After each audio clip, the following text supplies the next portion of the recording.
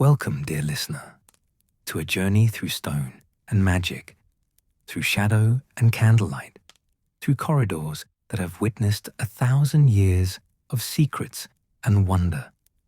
Tonight, we invite you to leave behind the hurried world beyond these ancient walls, to set aside the weight of the day, and to step with us into the timeless embrace of Hogwarts School of Witchcraft and Wizardry. Here, in this place where magic breathes through every stone and whispers through every tapestry, you will find rest, mystery, and the gentle comfort of secrets waiting to be discovered. Let your breathing slow, dear listener, as we approach the great castle together. Feel the cool evening air upon your face, carrying with it the scent of the forbidden forest, pine and moss, and something wild and ancient. Above us, the sky deepens into twilight, that magical hour when day surrenders to night, when the first stars begin their eternal watch.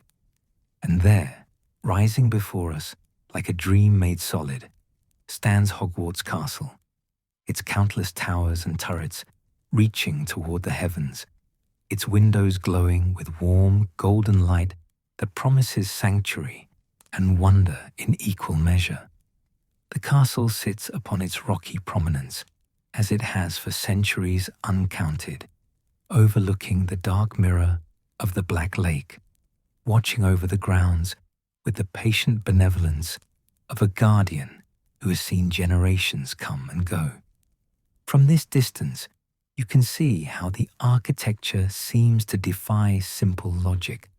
Towers rise at impossible angles, corridors connect wings that should be too far apart, and somewhere in the gathering dusk, a staircase shifts with a sound like distant thunder, rearranging itself according to its own mysterious schedule. This is not a castle built by ordinary hands alone, dear listener. This is a castle grown from magic itself, shaped by spells laid down by the four founders themselves, nurtured by centuries of enchantment, alive in ways that Muggle buildings could never comprehend. As we cross the grounds, our feet whispering through grass still damp with evening dew, the castle seems to notice our approach. Or perhaps that is merely fancy, the kind of gentle imagination that Hogwarts encourages in all who dwell within its walls. Yet there is something in the way the torches flicker in their brackets by the great oak front doors, something in the way the gargoyles shift ever so slightly on their perches that suggests awareness. Hogwarts has always been more than mere stone and mortar, more than timber and enchantment. The castle possesses a presence, a personality born of the countless souls who have walked its corridors, studied in its classrooms, dreamed beneath its enchanted ceilings, and left behind traces of themselves embedded in its very foundations. The great oak doors stand before us now, weathered by time and storm, scarred by the passage of a millennium, yet strong and welcoming still. They open at our approach with a sound like a contented sigh, revealing the entrance hall beyond. Step inside with me, dear listener, and feel how the air changes. Warmer here, scented with beeswax candles and old parchment, with the ghost of incense from some long ago celebration, with the indefinable perfume of magic itself. The entrance hall soars above us, its ceiling lost in shadow, its stone floor worn smooth by generations of students hurrying to classes, wandering to feasts, sneaking through on midnight adventures. To our left and right, the great marble staircases sweep upward, their banisters polished by countless hands, their steps each with their own character, some that creak companionably, some that remain silent as secrets, and at least two that are full steps, trick stairs that will catch the unwary foot, and hold it fast until the unfortunate student can pull free with whispered apologies to the mischievous magic. These staircases are the veins and arteries of Hogwarts, carrying students up and down through 7 floors of wonder, and they possess their own peculiar sense of humor, their own schedule of movement that defies any simple timetable. But we are not ascending just yet, dear listener. First, let us step forward into the Great Hall, that magnificent chamber where every Hogwarts student takes their first true breath of castle air, where the magic reveals itself in full splendor. The doors stand open before us, tall and magnificent, and as we cross the threshold, the enchantment washes over us like a wave of welcome. The Great Hall stretches before us in all its glory, illuminated by thousands of candles floating in mid-air above 4 long house tables. The house tables themselves are ancient oak, scarred and marked by generations of students carving initials, practicing minor spells, setting down goblets and plates through countless feasts. Along the walls, the house banners hang in their appointed places. Gryffindor's scarlet and gold, Hufflepuff's yellow and black, Ravenclaw's blue and bronze, Slytherin's green and silver, each moving slightly in the enchanted air, each representing a quarter of Hogwarts' heart. But it is the ceiling that steals your breath away, dear listener, even if you have seen it 1,000 times before. The Great Hall ceiling is not truly a ceiling at all, but rather a masterwork of enchantment that reflects the sky outside. Tonight, as twilight deepens into true night, the ceiling shows us the heavens in all their glory, deep purple fading to black, scattered with stars that seem near enough to touch. And there, just beginning to rise above the enchanted horizon, the silver ghost of the moon. Clouds drift across this magical firmament, and if you watch closely, you might see a shooting star trace its path across the hall, drawing gasps of wonder from students lucky enough to witness its passage. The teacher's table sits upon its raised platform at the far end of the hall, and even empty as it is now in this quiet evening hour, it radiates authority and wisdom. Here the professors take their meals, watching over their students with varying degrees of attention, affection, and occasionally exasperation. Behind the teacher's table, the wall rises into darkness, but you can just make out the bottom edges of the portraits that hang there. Former headmasters and headmistresses, drowsing in their frames or engaged in quiet conversation, their painted voices a constant murmur of advice, argument, and ancient gossip. Let us walk the length of the Great Hall together, dear listener, our footsteps echoing softly in the vast space. As we pass between the house tables, you can almost hear the phantom sounds of hundreds of students, laughing, talking, the clink of goblets, the scrape of benches, the hoot of owls arriving with the morning post. The hall has absorbed these sounds over centuries, and in the quiet moments like this, when the castle breathes slowly and peacefully, you can almost hear them echoing back, a gentle reminder that no one who has walked these halls is ever truly gone, that we all leave our mark upon the stones, our whispers in the air. As we reach the entrance hall once more and begin our ascent up the marble staircase, taking care to skip that trick step on the 3rd stair, we begin to understand something fundamental about Hogwarts. This castle was never meant to be fully known, never designed to be completely understood. From the moment Godric Gryffindor, Helga Hufflepuff, Rowena Ravenclaw, and Salazar Slytherin first raised these walls with magic and ambition and dreams of teaching young witches and wizards. They built into the very foundation a love of mystery, a celebration of secrets, a joy in the unexpected. The staircase we ascend is one of many, and as we climb, we can feel it, considering whether to move. The staircases of Hogwarts are not bound by simple mechanics or Muggle engineering. They shift and change according to their own whims, or perhaps according to some deeper magic that guides students toward the discoveries they need to make, toward the lessons they must learn, toward the secrets that are meant for them alone. Tonight, our staircase remains still, but you can feel the potential for movement thrumming through the stone, like a horse waiting patiently to gallop. At the first floor landing, a portrait of a medieval wizard sleeps soundly in his frame, his painted snores causing his painted beard to flutter. Portraits line every corridor of Hogwarts, and they are far more than mere decoration. These painted figures live their own lives within their frames, visiting each other through the portrait network that spans the castle, gossiping about students and teachers alike, occasionally offering advice, warnings, or simply observations about the weather. They are witnesses to everything that happens in these halls, keepers of secrets stretching back centuries.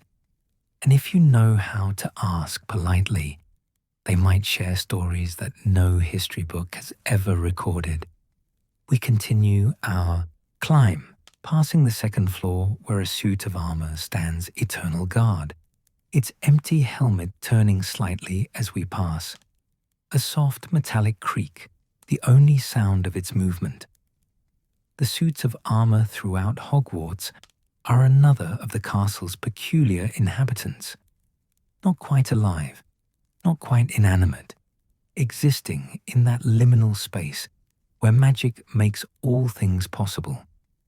Some say they can walk the corridors at night, that they gather in secret alcoves to share the gossip they've heard, that they remember every person who has ever passed them by. The air grows cooler as we climb higher, and the light takes on a different quality, softer somehow, more ethereal, as though we are ascending not just through floors, but through layers of time itself. The torches in their brackets burn with flames that never consume their fuel, never go out. Magical fire that has illuminated these corridors for generations. Their light dances across the stone walls, creating shadows that seem to move with purpose, that seem almost to wave as we pass. On the third floor, we pause at a window that looks out over the grounds. From here, you can see the Forbidden Forest as a dark mass on the horizon, its trees ancient and mysterious, home to creatures both wonderful and dangerous. Nearer, the greenhouses glow faintly, with the light of magical plants being tended even at this hour. And there, if you look carefully, you can see the groundskeeper's hut with smoke curling from its chimney, warm and welcoming against the darkness. The castle exists not in isolation, but as part of a greater magical landscape, connected to the forest and the lake and the mountains beyond, all of it woven together by enchantment and wonder. As we continue upward, passing floors filled with classrooms where students learn to transform beetles into buttons, to brew potions that can heal or harm, to predict the future in tea leaves and crystal balls, to defend themselves against dark creatures and darker magic, we begin to understand the true nature of what we are exploring tonight. Hogwarts Castle is not simply a school.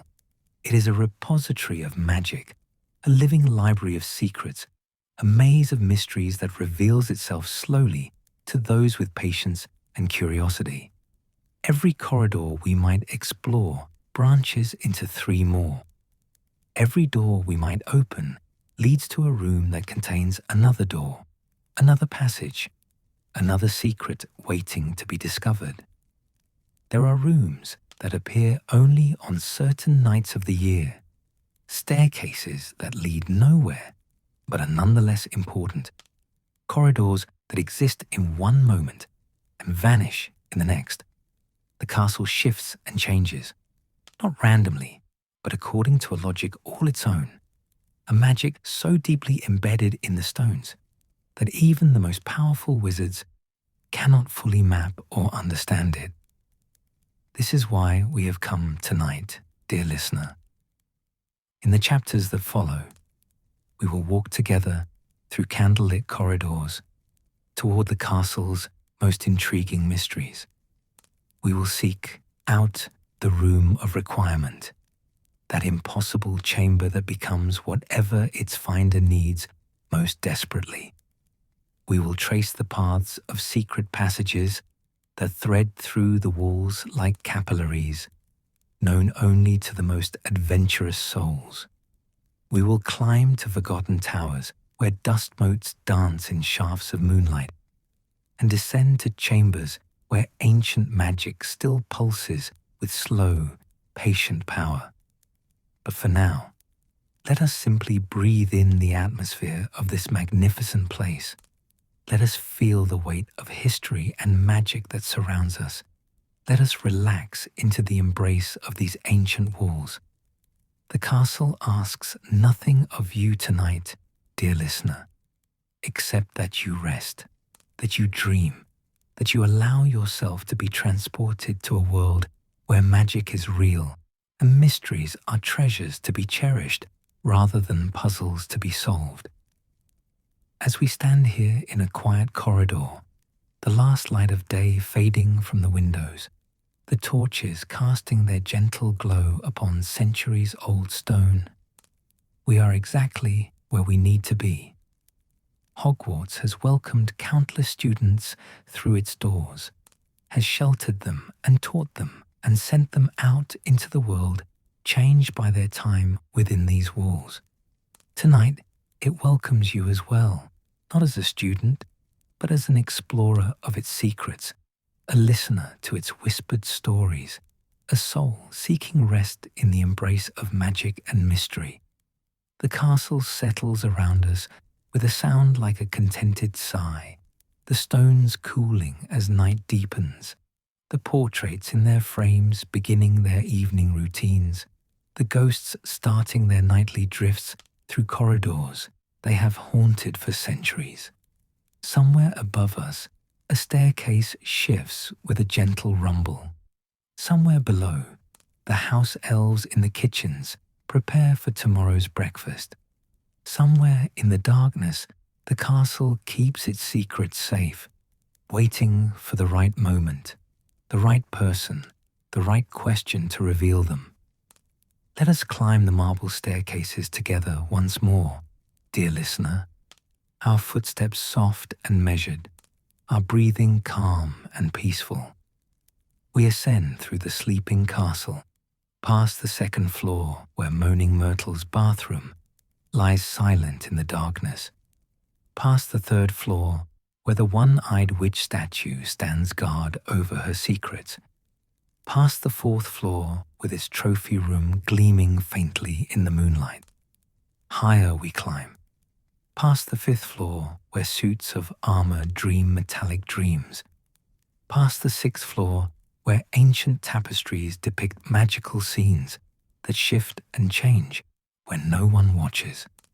And finally, we reach the seventh floor, where the air feels different somehow, charged with possibility, humming with potential, alive with magic that waits to be awakened.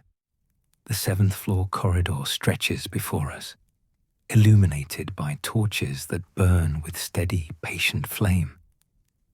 The stone walls here are the same as those throughout the castle, ancient, weathered, marked by time and magic. Yet there is something special about this particular passage, something that whispers of mysteries and miracles. The floor beneath our feet has been worn smooth by countless students walking this same path, some hurrying to classes, others wandering aimlessly, and a precious few pacing back and forth with desperate need in their hearts, calling forth the magic that sleeps within these walls. There, on the right side of the corridor, hangs the tapestry of Barnabas the Balmy. Let us pause before it, dear listener, and observe this peculiar piece of magical artwork.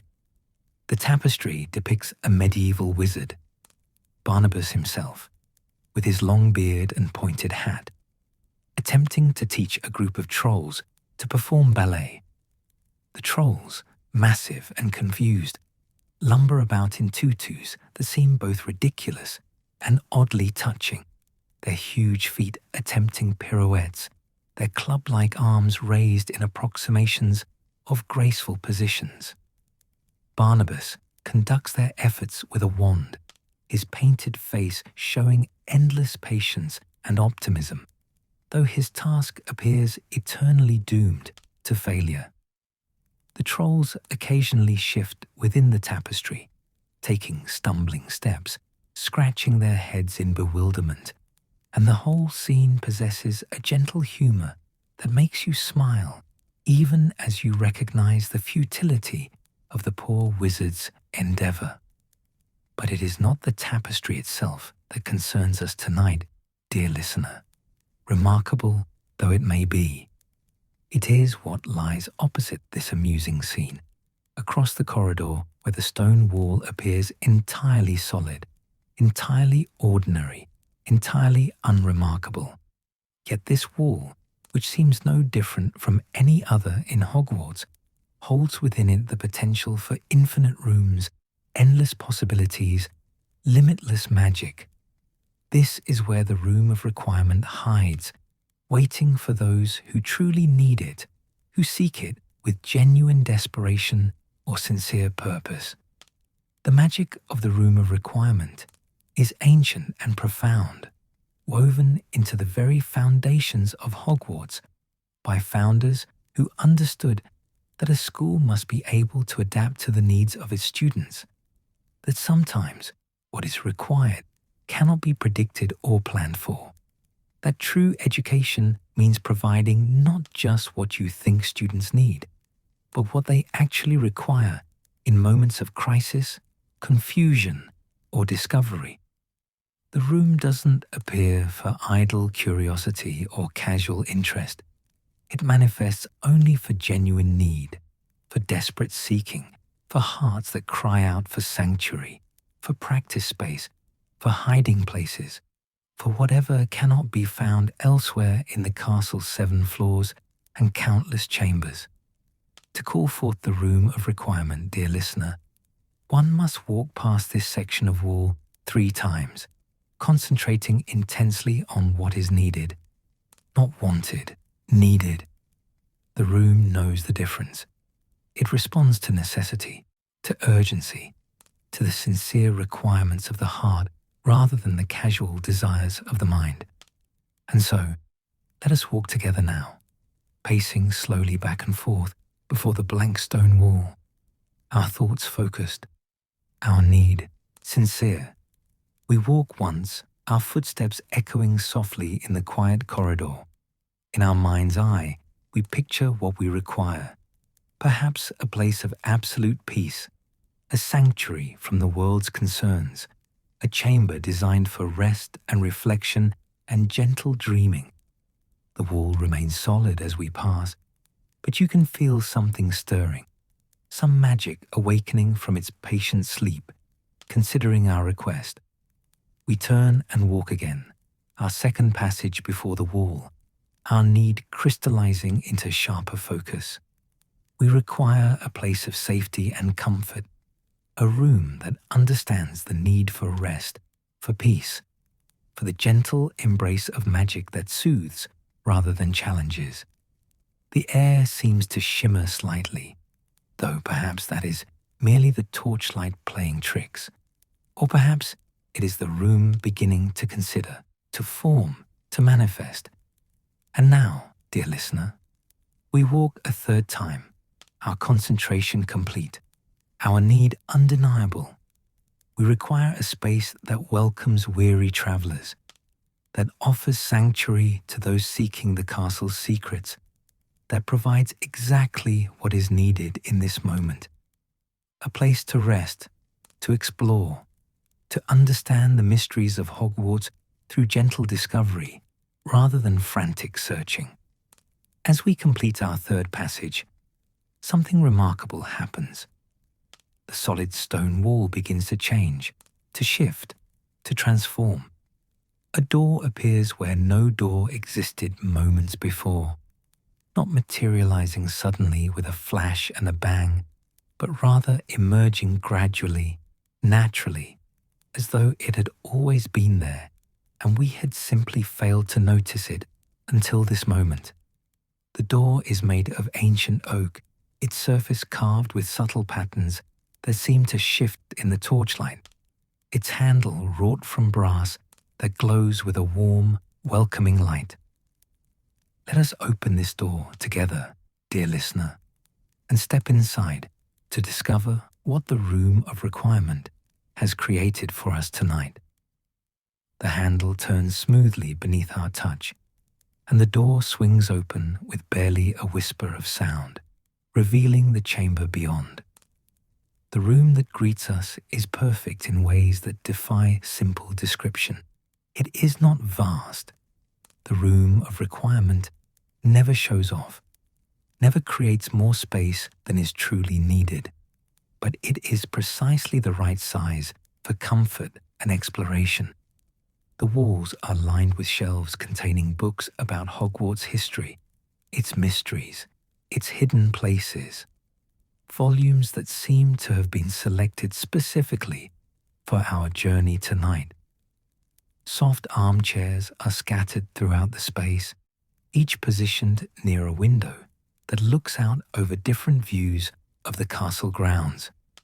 One showing the forbidden forest in moonlight, another revealing the Black Lake's dark waters, a third offering a glimpse of the Quidditch pitch, where goalposts stand like sentinels in the night.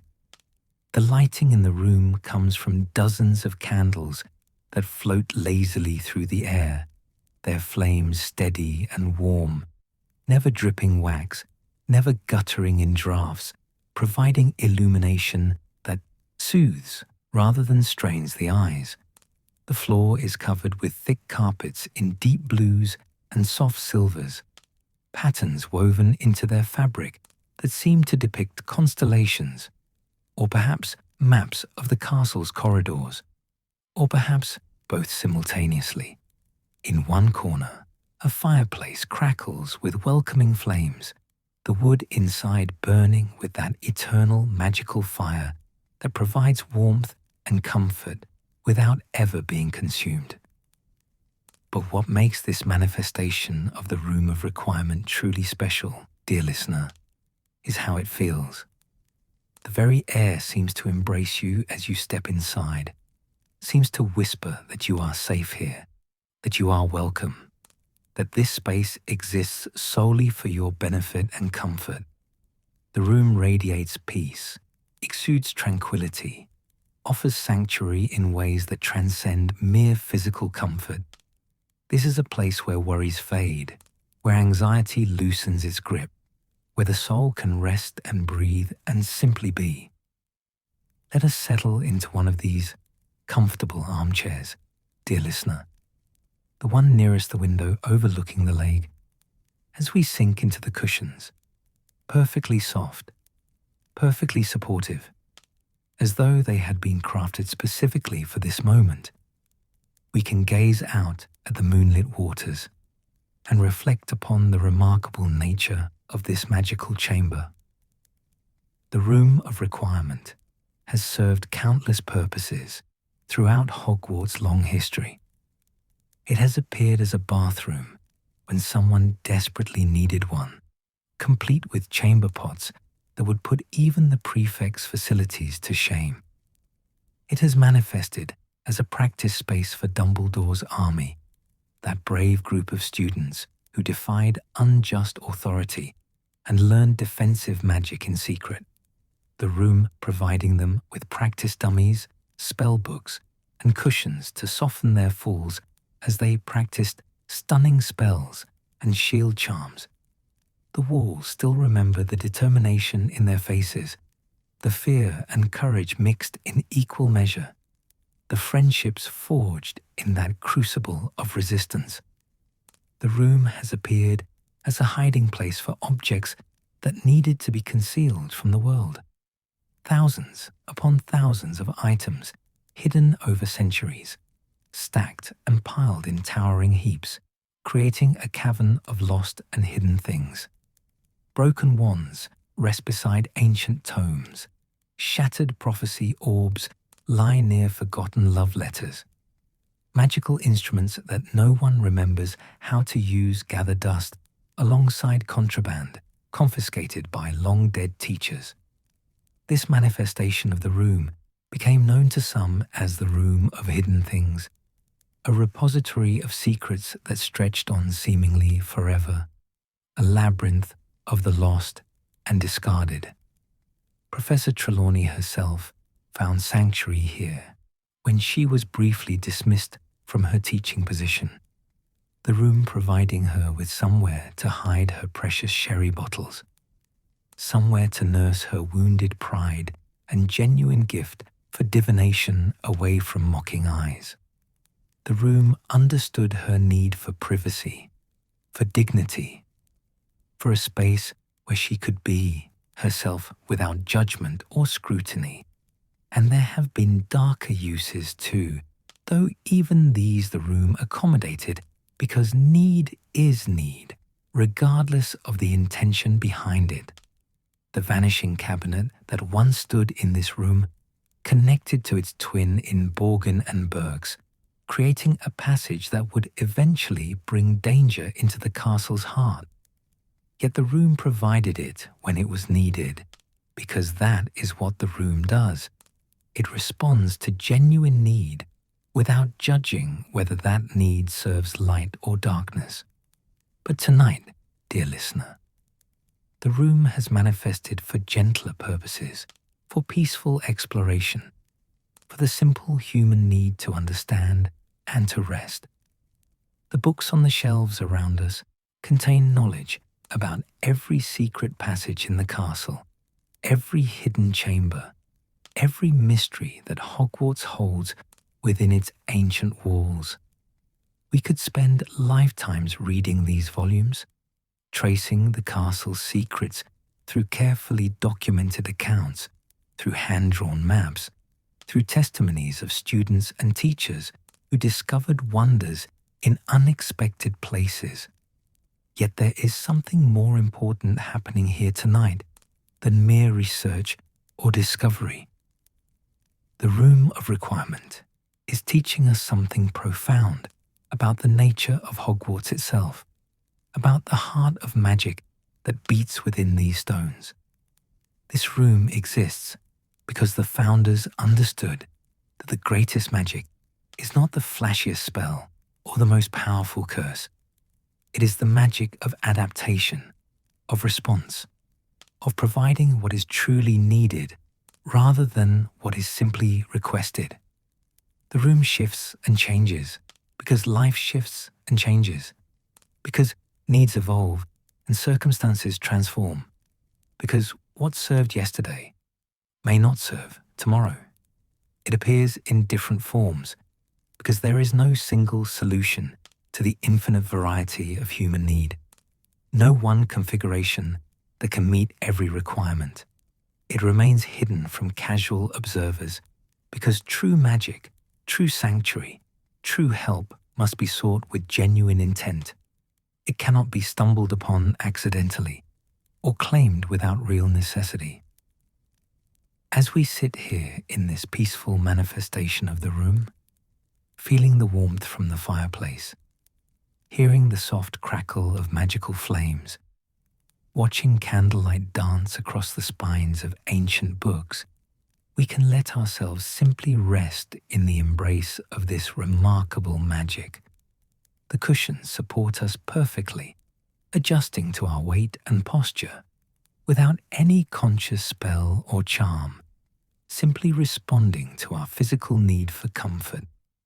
The temperature in the room is exactly right, not too warm, not too cool, but that perfect balance that allows the body to relax completely. Outside the window, the black lake reflects the moon's silver light, its dark waters occasionally disturbed by something moving beneath the surface, perhaps the giant squid on one of its nightly patrols, perhaps merpeople singing songs in their strange, haunting language, perhaps simply fish or magical creatures we have no names for. The forbidden forest stands as a dark line on the horizon, mysterious and slightly forbidding even from this safe distance, reminding us that Hogwarts exists in a landscape of wonder and danger, beauty and peril, all held in careful balance. The room seems to breathe around us, dear listener. Its magic a living thing that pulses gently, like a heartbeat, steady and reassuring. If you listen carefully, you might hear whispers in the air, not threatening or disturbing, but rather comforting, like the memory of conversations held here by previous visitors, like the echo of laughter from Dumbledore's army, like the grateful sighs of students who found exactly what they needed in their moments of desperation. Some say the Room of Requirement is the most powerful magic in all of Hogwarts, more impressive than the moving staircases or the enchanted ceiling of the Great Hall, more remarkable than the portraits that live and speak or the ghosts that drift through walls. And perhaps they are right, dear listener, because this room represents magic at its most responsive, most compassionate, most understanding. It does not simply exist according to predetermined spells laid down centuries ago. It adapts, it considers, it responds to each individual need with fresh creativity and genuine care. As we prepare to leave this sanctuary and continue our exploration of Hogwarts' mysteries, let us take a moment to simply breathe, to appreciate the profound gift that this room represents. In a world that often fails to meet our needs, that frequently misunderstands what we truly require, that sometimes offers solutions that miss the mark entirely, the Room of Requirement stands as a reminder that true magic understands, responds, and provides with perfect precision. When we rise from this comfortable chair and walk toward the door, it will still be there, solid and real, ready to release us back into the corridor where Barnabas the Barmy continues his eternal, futile ballet lessons. But the room will not vanish immediately. It will wait until we have truly left, until we have walked away and turned a corner, until we no longer need it. And then, silently and without ceremony, it will fade back into the wall from which it came, waiting patiently for the next soul who walks past 3 times with genuine need in their heart. Tonight, we hold in our imagination a piece of parchment unlike any other, a magical map that reveals truths the castle usually keeps hidden. The Marauder's Map, created by 4 friends who knew mischief as intimately as they knew magic, shows us Hogwarts as it truly is, not just the official corridors and staircases that appear in school blueprints, but every secret passage, every hidden doorway, every concealed route that winds through the castle stones like secrets threading through a whispered conversation. Let us begin our journey, dear listener, on the 3rd floor, in a corridor that seems entirely ordinary to the casual observer. Students pass through this hallway every day, hurrying to transfiguration or defense against the dark arts.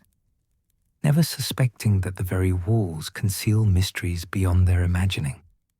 Here, standing against the stone wall with an air of permanent vigilance, stands a statue of a one-eyed witch. She is carved from grey stone that has darkened with age, her single eye staring out at the corridor with what might be wisdom or might be knowing amusement. It is sometimes difficult to tell with magical statues. The witch stands perhaps 4 feet tall, hunched slightly as though carrying the weight of centuries, one gnarled hand resting upon a walking stick, the other held out as if offering something to passers-by, though her stone palm remains eternally empty.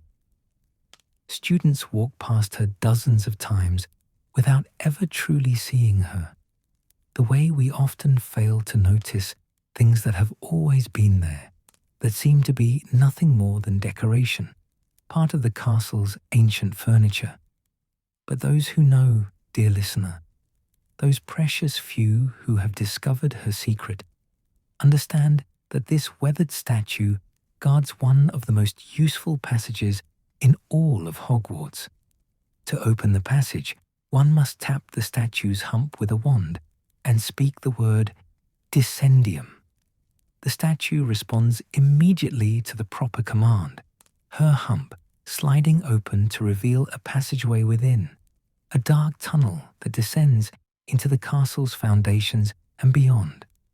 Let us imagine ourselves speaking that word now, our wand touching the cold stone, feeling the magic recognize our intent and respond with ancient, reliable enchantment. The statue's hump opens with a soft grinding of stone against stone, revealing a space just large enough for a person to slide inside. It is a tight fit, dear listener, requiring you to crouch and squeeze through the opening, feeling the stone walls press close on either side as you descend into darkness. The passage slopes downward at a gentle angle, smooth stone beneath your feet, worn slick by generations of students who have used this route for midnight adventures, for trips to Hogsmeade when they were too young to go officially, for the simple joy of knowing a secret that most of the castle's inhabitants never suspect. As we slide down this passage, our hands touching the smooth walls on either side to steady ourselves, we can feel the temperature drop slightly. We are descending below the castle now, into the earth upon which Hogwarts stands, into spaces that never see sunlight, that exist in permanent twilight. The darkness is complete, yet not frightening. There is something almost womb-like about this enclosed space, something that speaks of safety rather than danger, of adventure rather than threat. The passage continues for what feels like miles, but is perhaps only several hundred yards, sloping gently downward, occasionally turning to avoid some obstacle in the earth or stone. Perhaps a boulder too massive to move, perhaps the foundation of one of the castle's towers, perhaps some even more ancient structure that existed here before Hogwarts was built. The walls are rough-hewn in places, smooth as glass in others, suggesting that this tunnel was created through a combination of magic and physical labor, carved out over time and then refined with spells. Eventually, the passage begins to level out, and ahead we can see a faint light, not sunlight, but the softer glow of a magical barrier that marks the passage's end. As we approach, the space widens slightly, allowing us to stand upright once more, to stretch muscles that have been cramped from crouching. And there, before us, is a trapdoor set into the ceiling of the tunnel, its wood old but solid, its hinges enchanted to open silently, despite their age. Push open this trapdoor, dear listener, and we emerge into a place familiar to every Hogwarts student who has ever been granted a Hogsmeade weekend, the cellar of Honeyduke's sweet shop. Around us, crates are stacked containing the ingredients for the magical confections sold above. Crystallized pineapple, shelves of fizzing whiz-bees, boxes of Bertie Bott's every flavor beans in their bewildering variety, blocks of Honeyduke's special chocolate that melts perfectly on the tongue. The air here is thick with sweetness, with sugar and cocoa, and the indefinable scent of magic applied to candy making. This passage has served countless students over the years, providing them with access to the village when they were too young to go officially, allowing them to purchase sweets and butterbeer, to simply taste freedom beyond the castle's walls. Fred and George Weasley knew this route intimately, using it for their own adventures and eventually passing the knowledge to Harry Potter, along with the Marauder's map itself. The passage represents more than mere convenience. It symbolizes the spirit of curiosity and gentle rebellion that has always been part of Hogwarts' true education. But this is only one of 7 secret passages that lead out of the castle, dear listener, and our night is still young. Let us return through the tunnel, climbing back up that smooth slope, emerging once more from the one-eyed witch's hump into the 3rd floor corridor. The statue closes behind us with the same grinding whisper, concealing the passage once more, keeping the secret for the next adventurous soul who speaks the proper word. Now, let us climb to the 4th floor, where another passage awaits discovery. This corridor is quieter than most, less frequently traveled, lined with portraits of medieval wizards who spend their days drowsing in their frames or engaged in complicated games of chess that span multiple paintings. Along one wall hangs a large mirror in an ornate golden frame, its surface reflecting the corridor with perfect clarity, showing us our own faces softly illuminated by torchlight. But this is no ordinary mirror, dear listener. Look closely at the reflection, and you might notice something odd. The image seems somehow deeper than it should be, as though the mirror contains more space than its physical dimensions should allow. This is because the mirror is not truly a mirror at all, but rather a concealed doorway, another secret passage leading down and out of the castle toward destinations unknown to most. The mirror opens, not with a word, but with a specific gesture. You must trace a particular pattern on its surface with your fingertip, a symbol known only to those who have been taught the secret or discovered it through patient experimentation.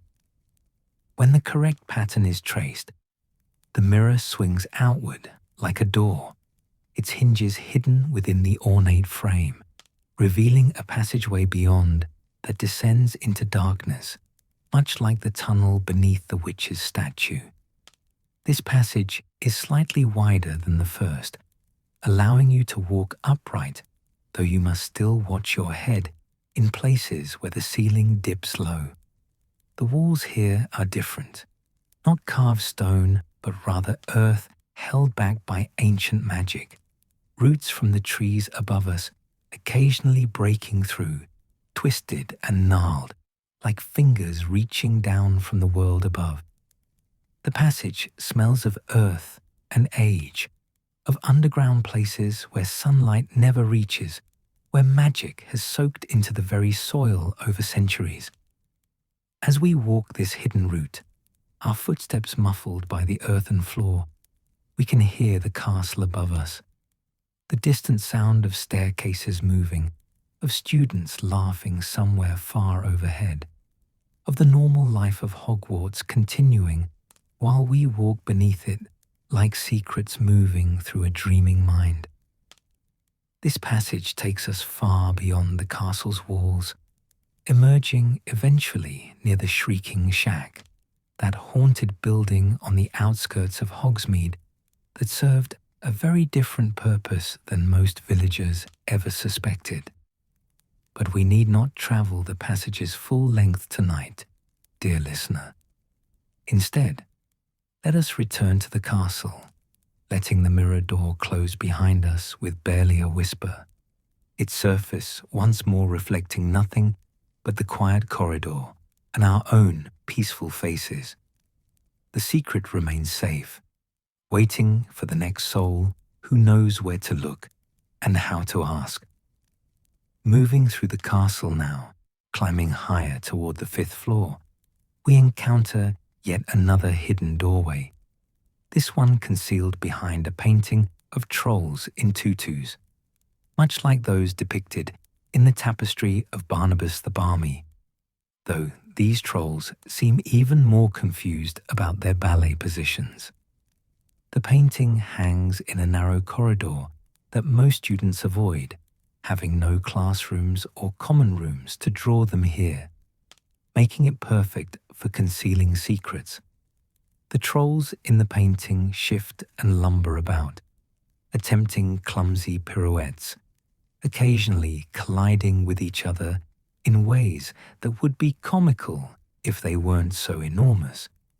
But if you know the secret, if you address the painting politely and ask permission to pass, the trolls will lumber aside, grumbling good-naturedly, and the painting will swing forward to reveal a passage behind it.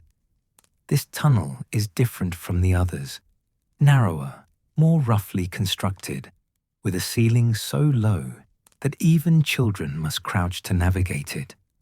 It feels older somehow, more primitive, as though it might have been carved out by the castle's founders themselves, rather than by later generations of students seeking adventure.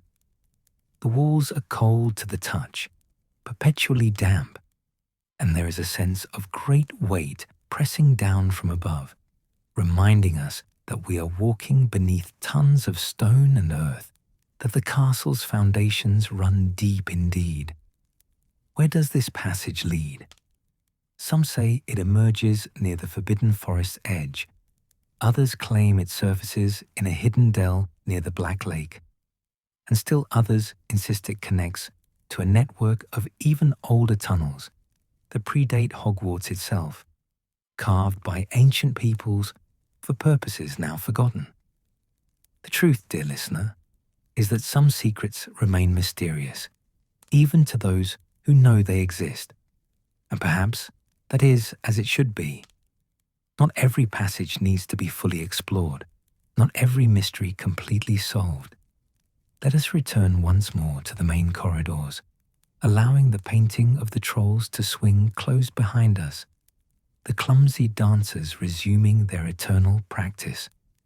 We climb now to the 6th floor, where the castle grows quieter still, where fewer students venture except when classes require it, where the shadows seem deeper and the magic feels older, more patient, more aware. Here, hidden in an alcove that seems designed to be overlooked, there is a mirror, not the magical mirror of Erist that shows us our heart's deepest desire, but a simpler looking glass, cracked and tarnished with age. Yet this mirror too conceals a passage, though accessing it requires neither word nor gesture, but rather a specific time. At midnight, and only at midnight, the mirror becomes transparent, revealing a corridor beyond that exists in some strange relationship with time itself. Those few who have walked this passage report that it feels like moving through memory, like stepping into yesterday or tomorrow without ever leaving today. The walls seem to shimmer with scenes from the castle's past. Students from centuries ago hurrying to classes, teachers long dead giving lessons to children who are now dust, moments preserved in magic like insects in amber. This passage leads nowhere and everywhere, some say, connecting times rather than places, allowing those brave or foolish enough to walk it to witness history without being able to change it. But this is, perhaps, the most dangerous of all the secret passages, dear listener. For time is not meant to be navigated so casually, and those who spend too long in this corridor sometimes emerge confused about when they are, their memories tangled with visions of past and future. We shall not enter this passage tonight, but merely acknowledge its existence, respecting the boundaries between exploration and recklessness. Throughout the castle, there are other passages, other hidden routes known to various inhabitants over the centuries.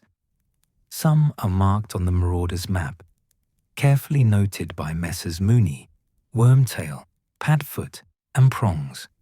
With the same loving attention to detail they applied to all their mischief.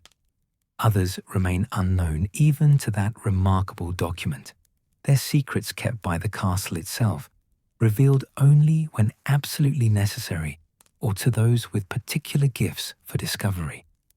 The house elves know passages that no human has ever walked, routes through the walls that allow them to move unseen through the castle, tending to their duties without disturbing students or teachers.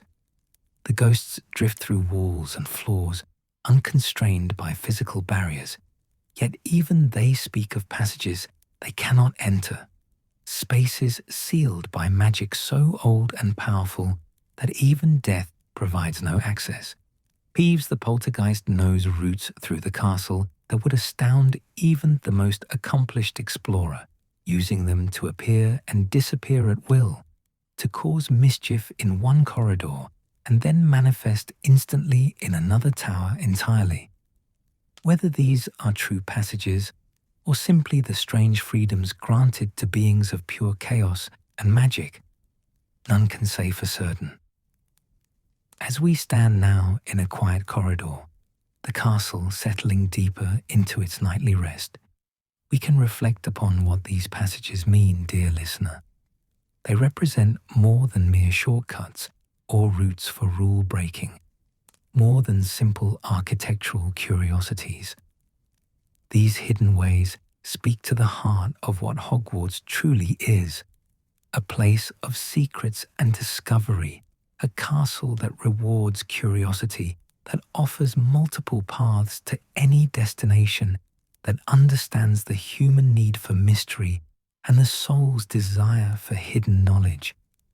The passages remind us that there are always alternatives to the obvious route, always other ways to reach our goals, always secrets waiting to be discovered by those patient and brave enough to seek them. They teach us that walls are not always barriers, that the solid and permanent may conceal the hidden and mysterious, that the castle itself is our accomplice in adventure if we have the courage to ask it for help. Let us begin our ascent, dear listener, climbing the spiral staircases that wind upward through the castle's many towers. These staircases are narrower than the grand marble stairs of the main castle, built of older stone that has been worn smooth by countless feet over centuries. The steps are uneven, each one slightly different in height and depth, requiring us to pay attention as we climb, to remain present in our bodies, rather than drifting away into distraction.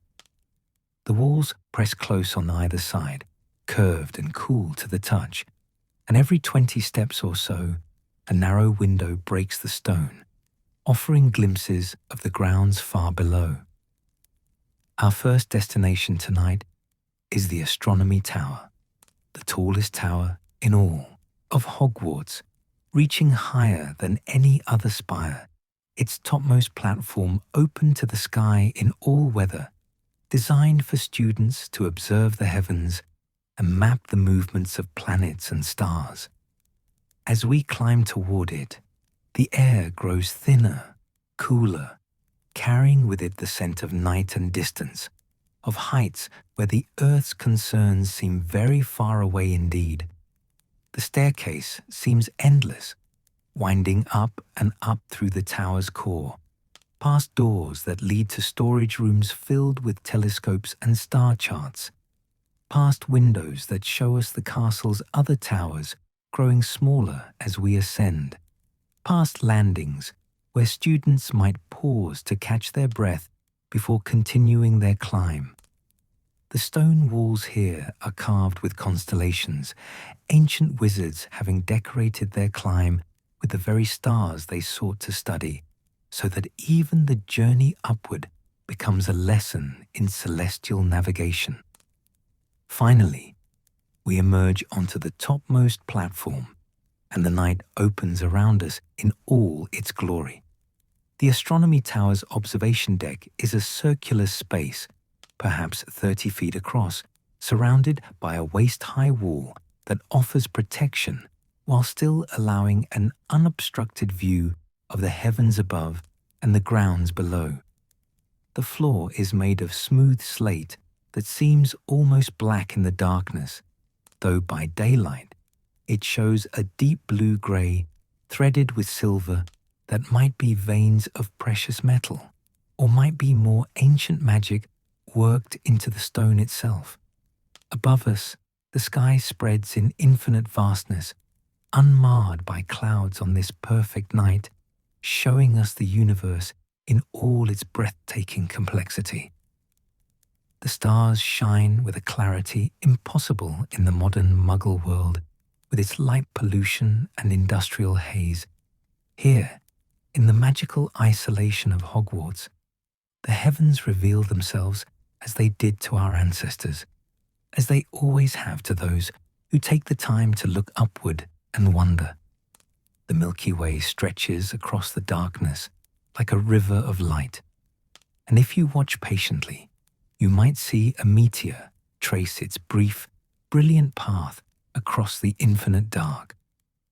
This tower has witnessed so much, dear listener. Generations of students have climbed these stairs for their astronomy lessons, learning to identify Mars and Venus, Jupiter and Saturn, learning to read the movements of the heavens and understand how celestial events influence magical workings.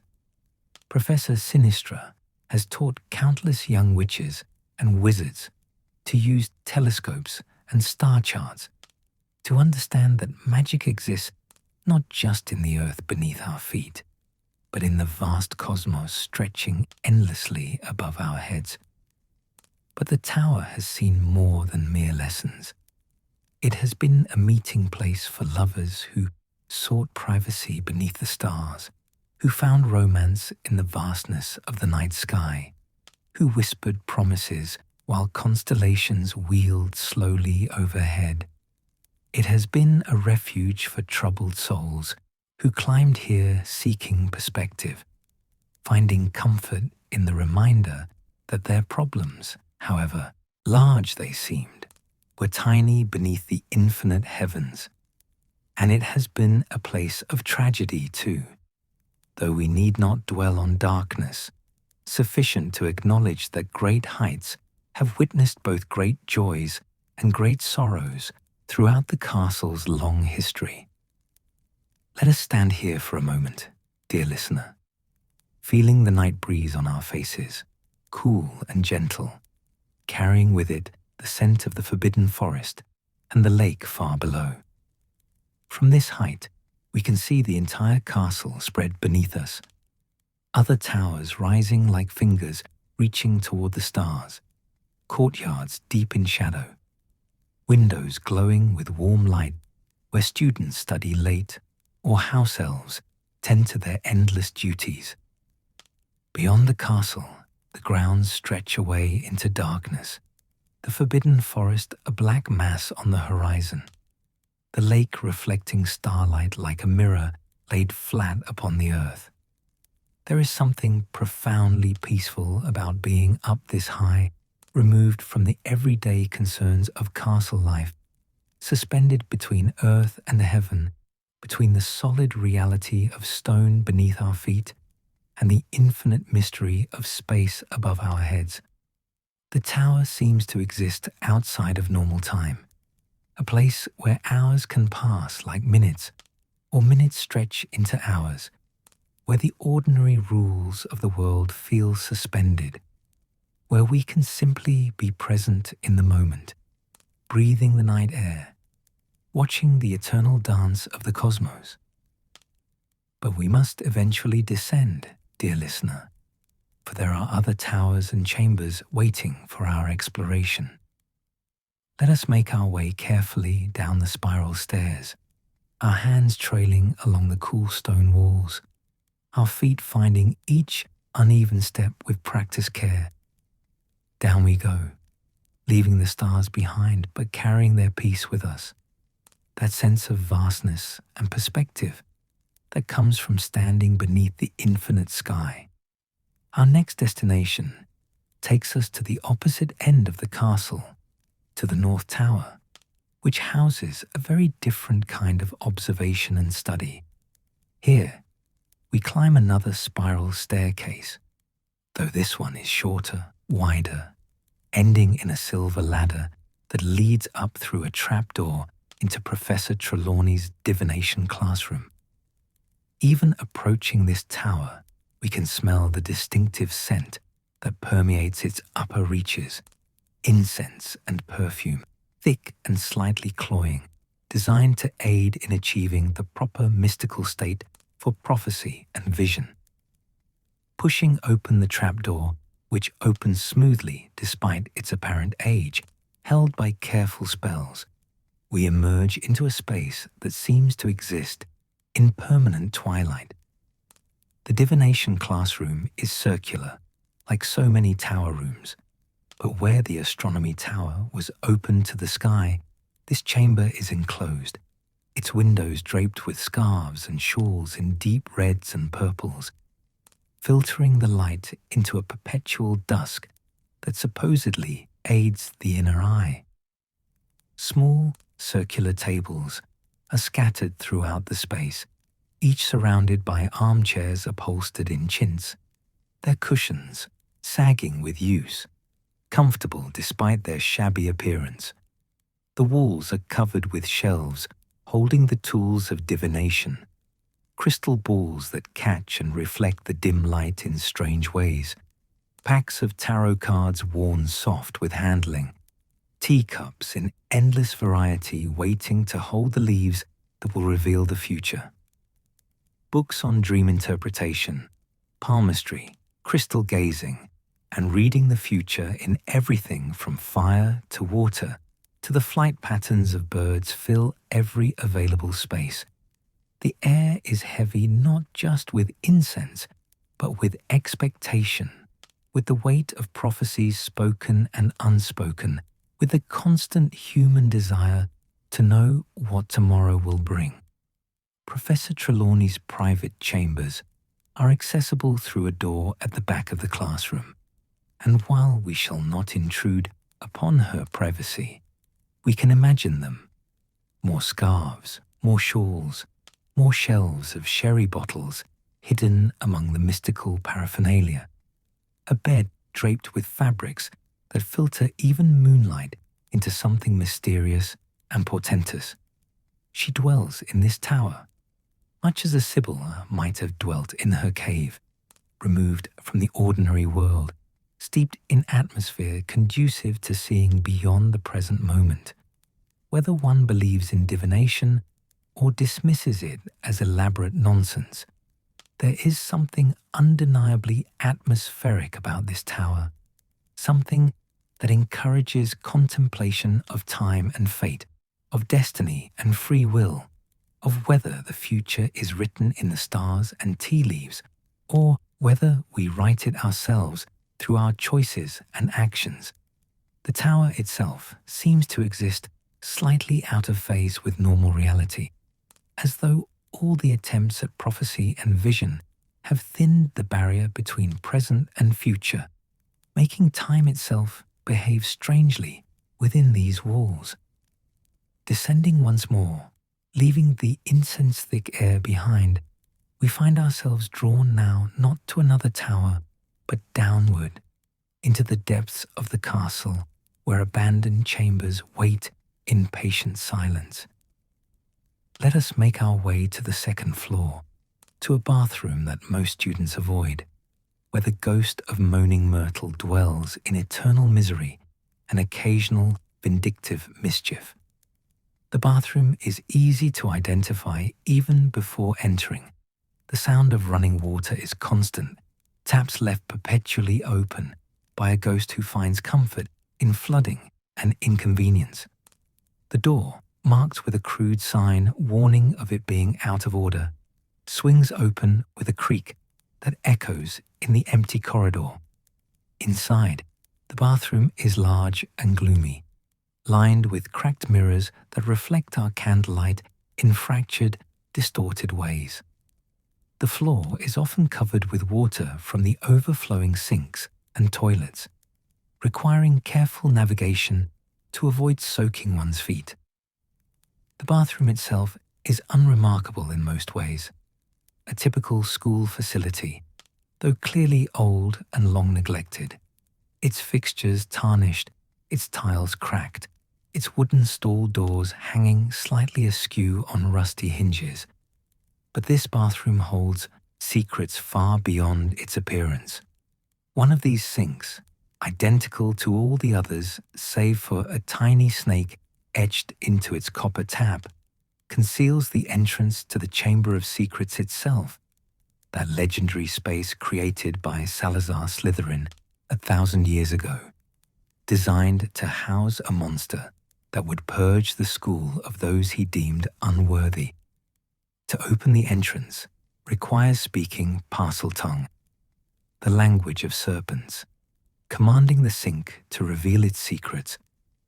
When the proper words are spoken, the sink descends into the floor, revealing a large pipe that drops away into darkness, a slide leading down into the very bowels of the castle, far below even the dungeons, into spaces that existed before Hogwarts was built, into chambers carved from living rock by magic so old and powerful that it still resonates in those ancient stones.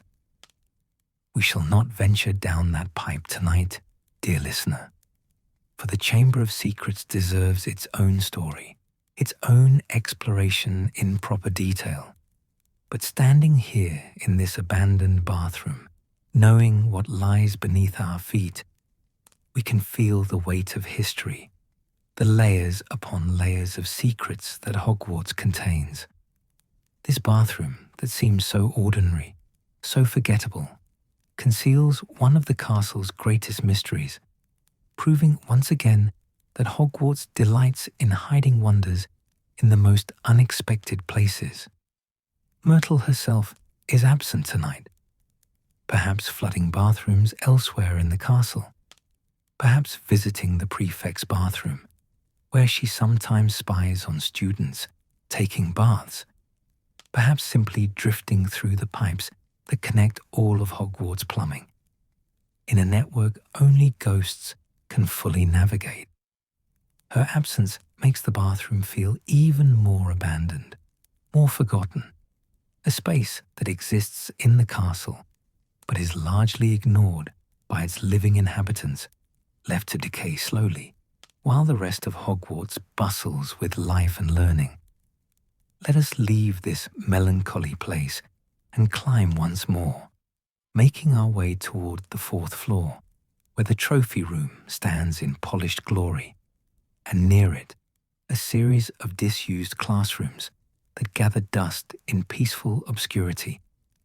These classrooms once rang with voices, with the sounds of lessons being taught and learned, but changing needs and declining enrollment or shifting curriculum priorities have rendered them unnecessary.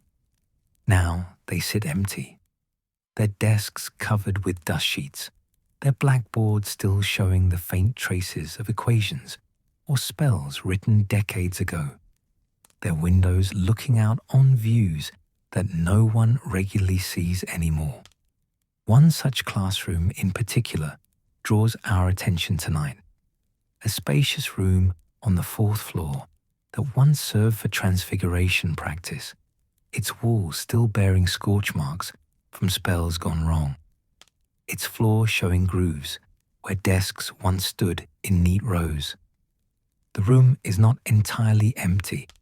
Pushed against the far wall stands a tall mirror, easily the height of 2 men, set in an ornate golden frame decorated with mysterious inscriptions. This is the Mirror of Erist, dear listener, that magical artifact that shows not one's reflection, but one's deepest, most desperate desire. The mirror has been moved many times throughout the castle's history, hidden away when its effects became too troubling for students who stood before it for hours, unable to tear themselves away from visions of what they wanted most in all the world. Now it rests here in this abandoned classroom, covered with a dust sheet when not needed, waiting for those rare moments when someone with specific need or purpose seeks it out. We shall not look into the mirror tonight, for what it shows can be both beautiful and heartbreaking, revealing desires we might prefer to keep hidden, even from ourselves. But its presence here, in this forgotten classroom, reminds us that Hogwarts contains not just secrets and passages, but also artifacts of profound magical power, objects that can illuminate the human heart or expose its weaknesses, depending on how they are used and understood. The abandoned classrooms continue down this corridor, each one different yet similar. Desks and chairs stacked in corners, shelves empty of books, windows letting in moonlight that illuminates nothing but dust motes floating lazily in the air. These rooms feel suspended in time, waiting for a day when they might be needed again, when growing enrollment or new subjects might bring them back to life. Until then, they sleep peacefully, disturbed only by occasional caretakers checking for leaks or damage, or by students seeking privacy for studying or conversation away from busier parts of the castle.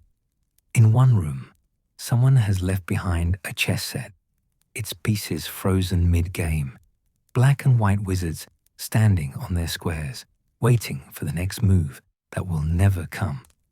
In another, musical instruments gather dust, a harp with broken strings, a drum with a split head, a flute that would probably still play if someone cleaned it and tried. These abandoned objects speak of lives partially lived, of activities begun and never completed, of the way time moves forward while some things are left behind, forgotten but not quite gone. As we stand in these quiet, dusty spaces, dear listener, breathing air that has not been disturbed in months or perhaps years, we can feel the peculiar peace that comes from abandoned places, from spaces that once served important purposes, but now rest in gentle obsolescence. There is no sadness here, not really, just patience, the kind that comes from knowing that castles outlive all their inhabitants, that rooms will be used and abandoned, and possibly used again in cycles that span centuries. The castle contains hundreds of such spaces. Classrooms no longer needed, storage rooms filled with outdated equipment, towers whose purposes have been forgotten, chambers that were built for reasons no longer remembered. Each of these spaces holds its own small mysteries, its own quiet secrets, its own patient waiting. Together, they form a layer of Hogwarts that most students never see, never think about, never know exists. The castle's unconscious mind, perhaps, the spaces between the spaces, the forgotten corners where memory and mystery blend together in dusty, peaceful silence. Let us make our way back toward the inhabited portions of the castle now, dear listener. descending from these forgotten heights and depths, returning to corridors where portraits sleep in their frames and armor stands guard, and the occasional ghost drifts past on eternal business. We carry with us the peace of abandoned places, the serenity of towers that touch the stars, the mystery of chambers that guard secrets in patient silence. The castle breathes around us, settling deeper into night, its countless rooms and corridors, each holding their own portion of magic and memory, mystery and meaning. Some spaces blaze with activity and life, others rest in forgotten quiet, and together they form the complete tapestry of Hogwarts, a castle that is simultaneously a school, a home, a fortress, a sanctuary, and a keeper of 10 centuries worth of secrets. Let us return to the entrance hall, dear listener, that magnificent space where we first entered the castle at the beginning of our journey. Stand here with me now, in the quiet hours when most of the castle sleeps, when the marble floor reflects torchlight in pools of golden warmth, when the sound of our breathing echoes softly in the vast space. Before us, the great marble staircases sweep upward in elegant curves, their banisters carved from stone that has been polished by countless hands over 1,000 years, their steps worn into gentle curves by generations of feet ascending and descending, hurrying to classes or wandering without purpose, carrying students toward their destinations or away from troubles. But these are not ordinary staircases, dear listener. Watch carefully, and you will see what makes them remarkable, what makes navigating Hogwarts a skill that must be learned rather than something that can be understood from any map or diagram. As we stand here in the silence, one of the staircases, perhaps the one leading to the 3rd floor on the left side, begins to move. It does not move quickly or violently. There is no grinding of stone or cracking of structure. Instead, the staircase detaches from its landing with a sound like a soft sigh, swinging slowly and gracefully through the air, turning as though on an invisible pivot, seeking a new destination entirely. The movement is mesmerizing, hypnotic in its smooth deliberation. The staircase swings through space like a massive pendulum, its marble steps and ornate balustrade moving as one solid piece, guided by magic so deeply embedded in the castle's foundation that it has become part of the building's very nature. Other staircases remain still as this one moves, creating a constantly changing maze of possible routes, a puzzle that reconfigures itself according to schedules that no one has ever fully understood or successfully mapped. As the moving staircase reaches its new position, it settles against a different landing, perhaps one on the 2nd floor that it had not been connected to moments before. With another soft sound, a whisper of stone meeting stone, a gentle click of magical connection being established. Students who had been planning to use that staircase to reach the 3rd floor must now reconsider their route, perhaps taking 2 other staircases to reach their destination, perhaps waiting patiently for the stairs to move again and reconnect to their intended landing. Let us begin our ascent now, dear listener, climbing these enchanted stairs while they remain still, our hands resting lightly on the smooth banister, our feet finding the center of each step where the wear is deepest, where 1,000 years of students have walked before us. The stairs are wide enough for several people to walk abreast, and the rise of each step is neither too steep nor too shallow, designed for comfortable climbing even when carrying heavy bags of books or cauldrons filled with potion ingredients. As we climb toward the first landing, we can observe the other staircases around us in the vast vertical space of the entrance hall stairwell. Some connect the ground floor to the first floor, others span from the second to the third, still others reach from the fourth to the fifth, creating a three-dimensional maze of possible paths. The staircases are not aligned in any simple geometric pattern. They branch and cross at odd angles. They span different distances. They create a complexity that seems almost deliberate, as though the castle itself enjoys making navigation interesting rather than straightforward. Portraits line the walls at every landing, and unlike the staircases, these painted figures remain stationary in their frames, though the subjects within them can move freely, visiting each other's frames through the portrait network that connects throughout the castle.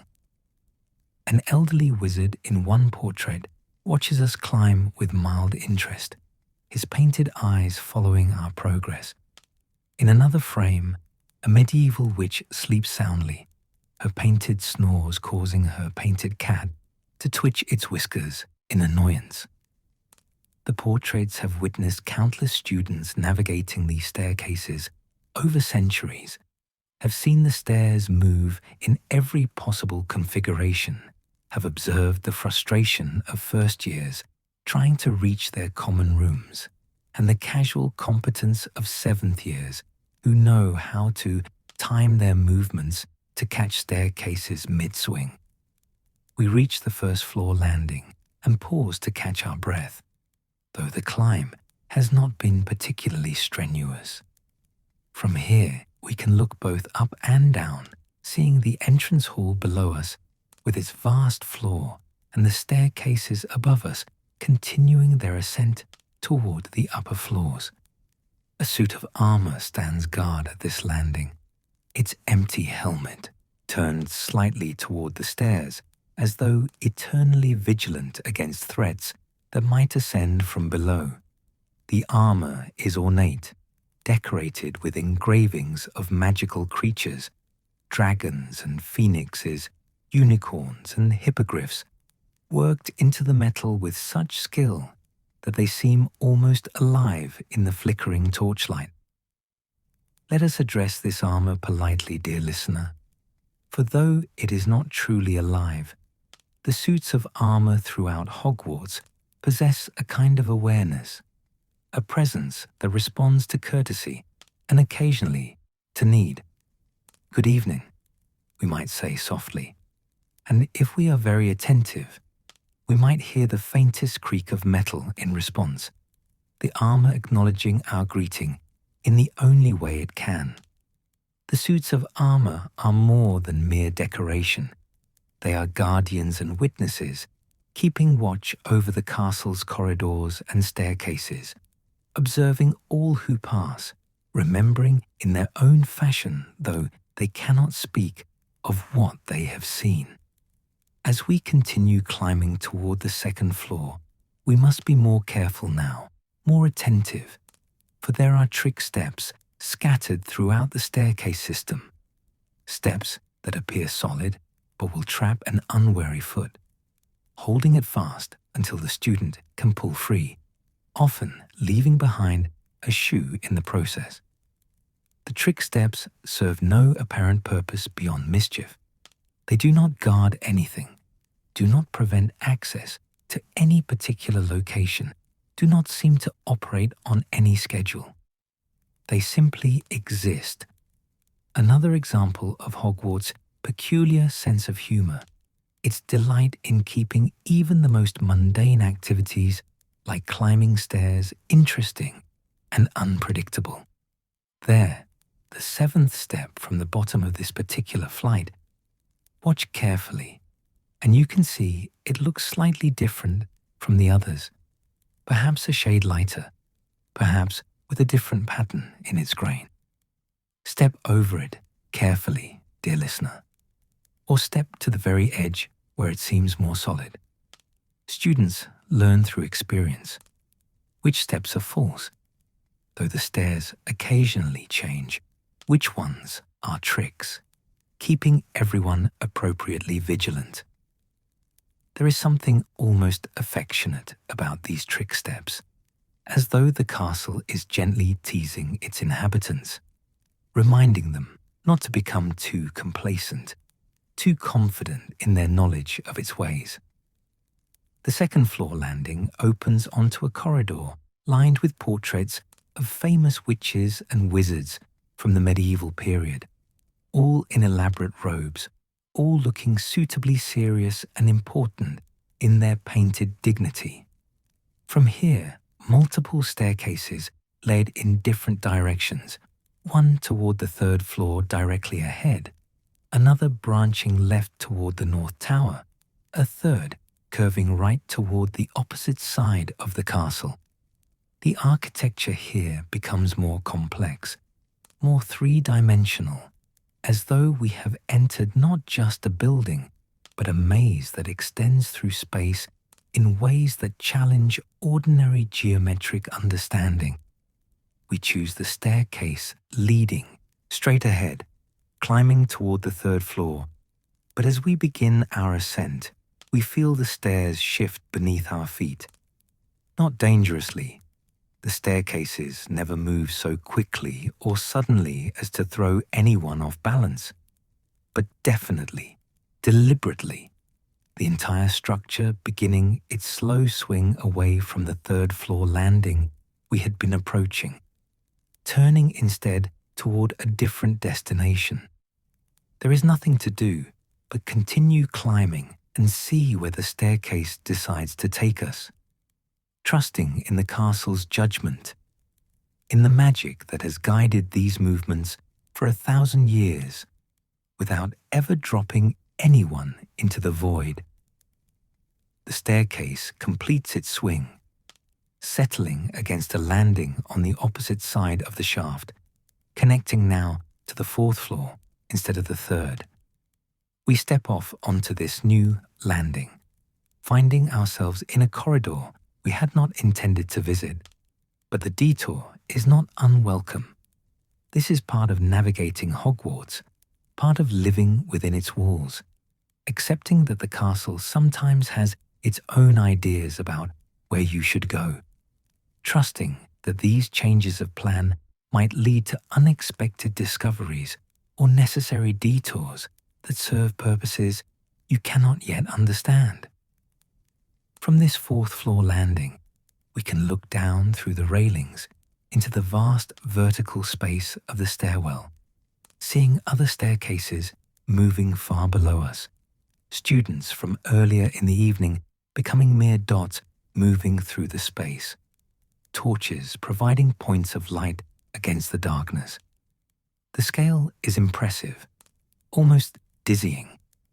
The stairwell extends from the ground floor all the way to the 7th floor, a cathedral-like space dedicated entirely to the movement of people through vertical space, to the connection of different levels of the castle through this elegant, enchanted system. The staircases move according to patterns that seem almost, but not quite predictable. Some say they move on Fridays, others insist they move according to the time of day. Still others claim they respond to the intentions of those climbing them, moving to help or hinder, depending on whether the climber's purpose aligns with the castle's preferences. The truth is likely more complex than any single explanation. The staircases possess their own form of intelligence, or perhaps they operate according to magical programming so sophisticated that it appears like intelligence, responding to multiple factors simultaneously in ways that create the appearance of whimsy while actually serving deeper purposes. There are old stories, dear listener, whispered among students late at night, about the staircases having minds of their own, about them deliberately moving to prevent disasters or to facilitate meetings that needed to happen. A staircase that moved to make a student late for class causing them to avoid an accident that would have happened had they been on time. Another that connected two students on different landings at precisely the moment when they needed to have a conversation that would change both their lives. Whether these stories are true or merely the result of humans' tendency to see pattern and purpose in random events, they speak to how the inhabitants of Hogwarts relate to the castle itself, not as a passive building, but as an active participant in the life that unfolds within its walls. As we stand on this fourth-floor landing, we notice that the portraits here are engaged in conversation with each other, their painted voices a soft murmur in the quiet night. An elderly witch in one frame is gossiping with a medieval knight in another, their discussion apparently focused on the shocking behavior of some portrait on the third floor who has been visiting frames he has no business visiting. The portraits maintain their own social networks, their own hierarchies and dramas, their own lives that run parallel to, but largely independent from the human inhabitants of the castle. They observe everything, remember everything, and though they can be helpful when properly asked, they also guard their own secrets and maintain their own sense of what should and should not be shared. Let us continue our exploration, climbing now toward the fifth floor, taking a different staircase that appears stable, that seems unlikely to move in the next few minutes. This staircase is narrower than those connecting the lower floors, built of older stone that has darkened with age, its banister carved with symbols that might be decorative or might be protective runes. It is often difficult to tell with Hogwarts architecture, where beauty and function blend seamlessly. The ceiling here feels lower, more intimate, as though we are ascending into the castle's more private spaces, the regions less frequently visited by the general population. The fifth floor landing is quieter than those below, less traffic, home to corridors that lead to specialized classrooms and storage rooms, rather than the main teaching areas. From here, one staircase continues upward toward the 6th and 7th floors, while others branch off toward the various towers. The Astronomy Tower in one direction, the Gryffindor Tower in another, the Ravenclaw Tower accessible through yet another route. The complexity of the castle's geography becomes more apparent at these higher levels, where the building's various sections, added over centuries by different headmasters and headmistresses, each with their own architectural visions, come together in ways that challenge simple understanding.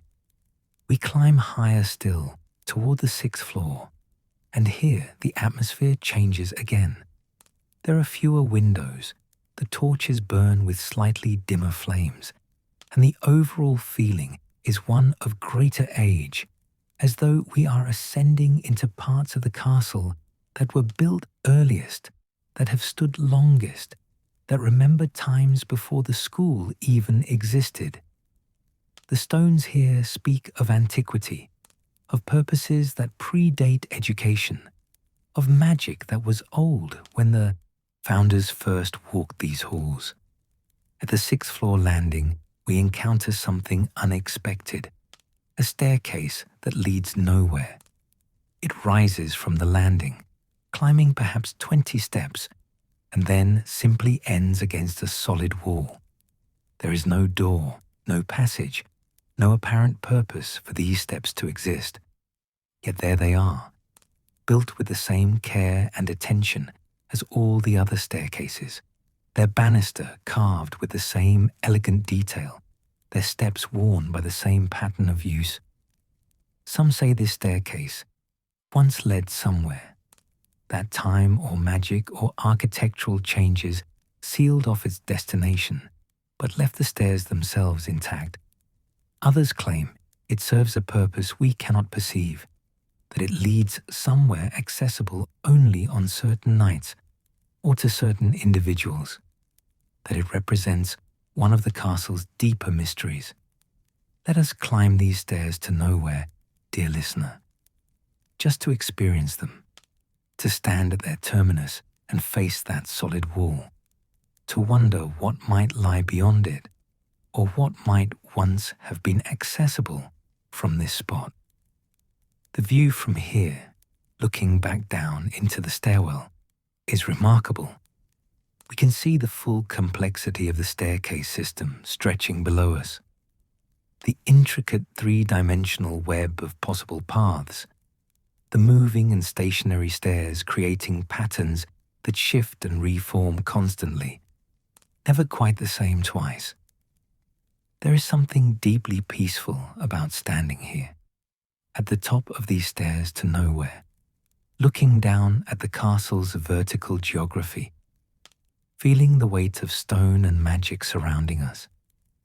The staircases below continue their slow movements, independent of our observation, following patterns that might be random or might be purposeful.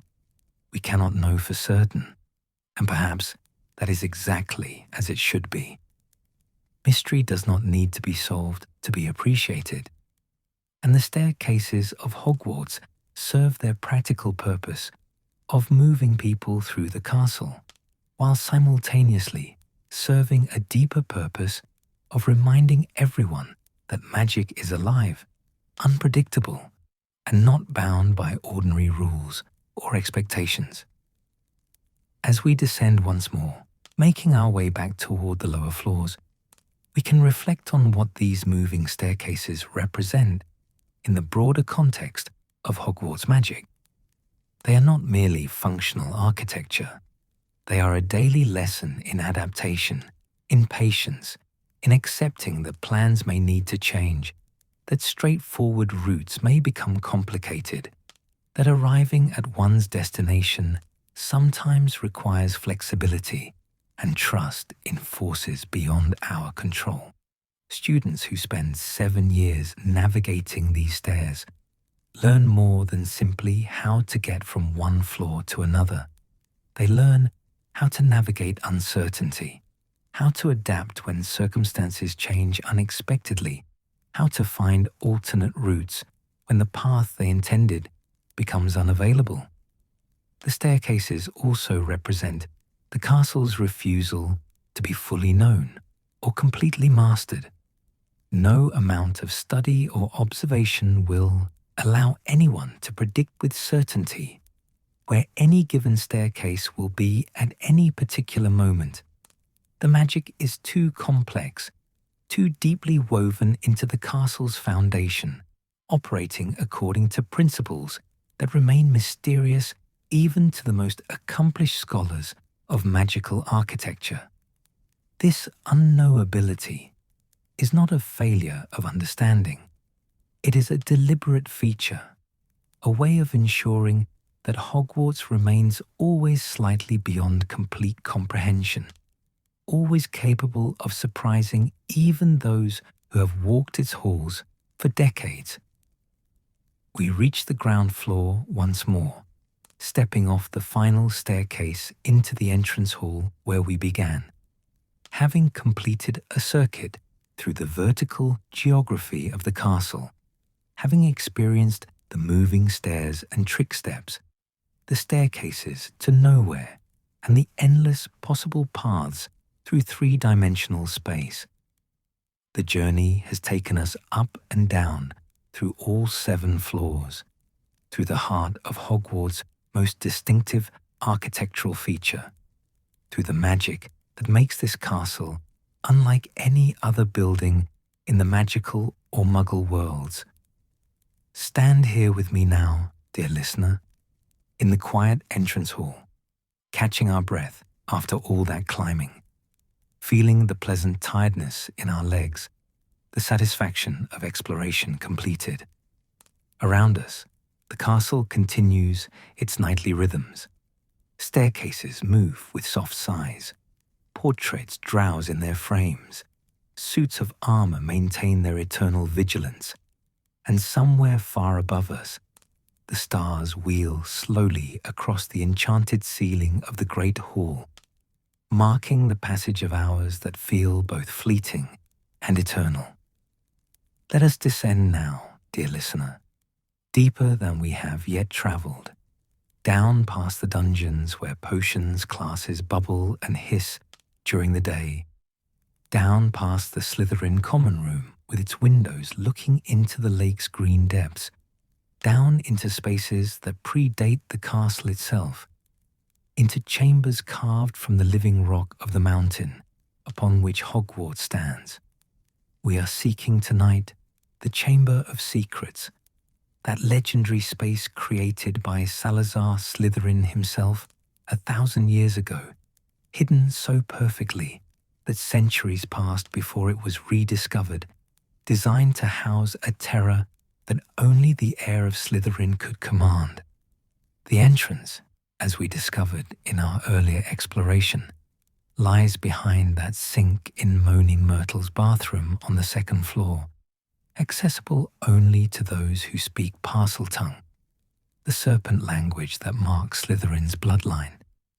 But once the sink descends and the pipe is revealed, the true journey begins, a slide down into darkness, down through layers of castle and rock, down into depths where sunlight has never reached, where the air grows cold and damp, where magic so old and powerful that it feels almost alive pulses through the stone.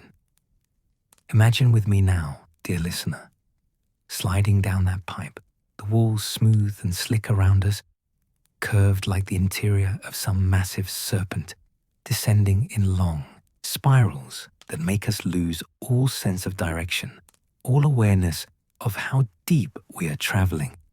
The slide seems to continue forever, down and down, turning and twisting, until finally we are deposited onto the floor of a tunnel, cold stone beneath us, walls pressing close on either side, darkness so complete that even magical light seems diminished, absorbed by centuries of shadow. The tunnel stretches ahead of us, roughly circular, large enough to walk upright, but narrow enough to feel confining, oppressive. The walls are stone, but not the carefully dressed stone of the castle above. This is raw rock, carved out by magic so powerful that it melted stone like wax, leaving surfaces that are smooth but uneven, organic rather than architectural. The air here tastes of age and dampness, of places sealed away from the world, of secrets kept in absolute darkness for longer than most nations have existed.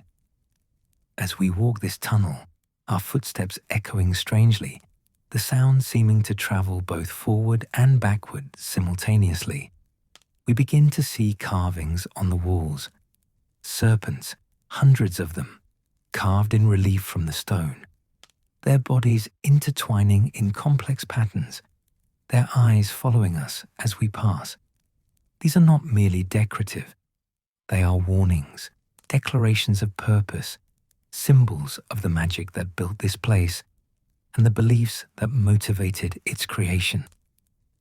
Salazar Slytherin left his mark here in every possible way, ensuring that anyone who reached this depth would understand whose domain they had entered.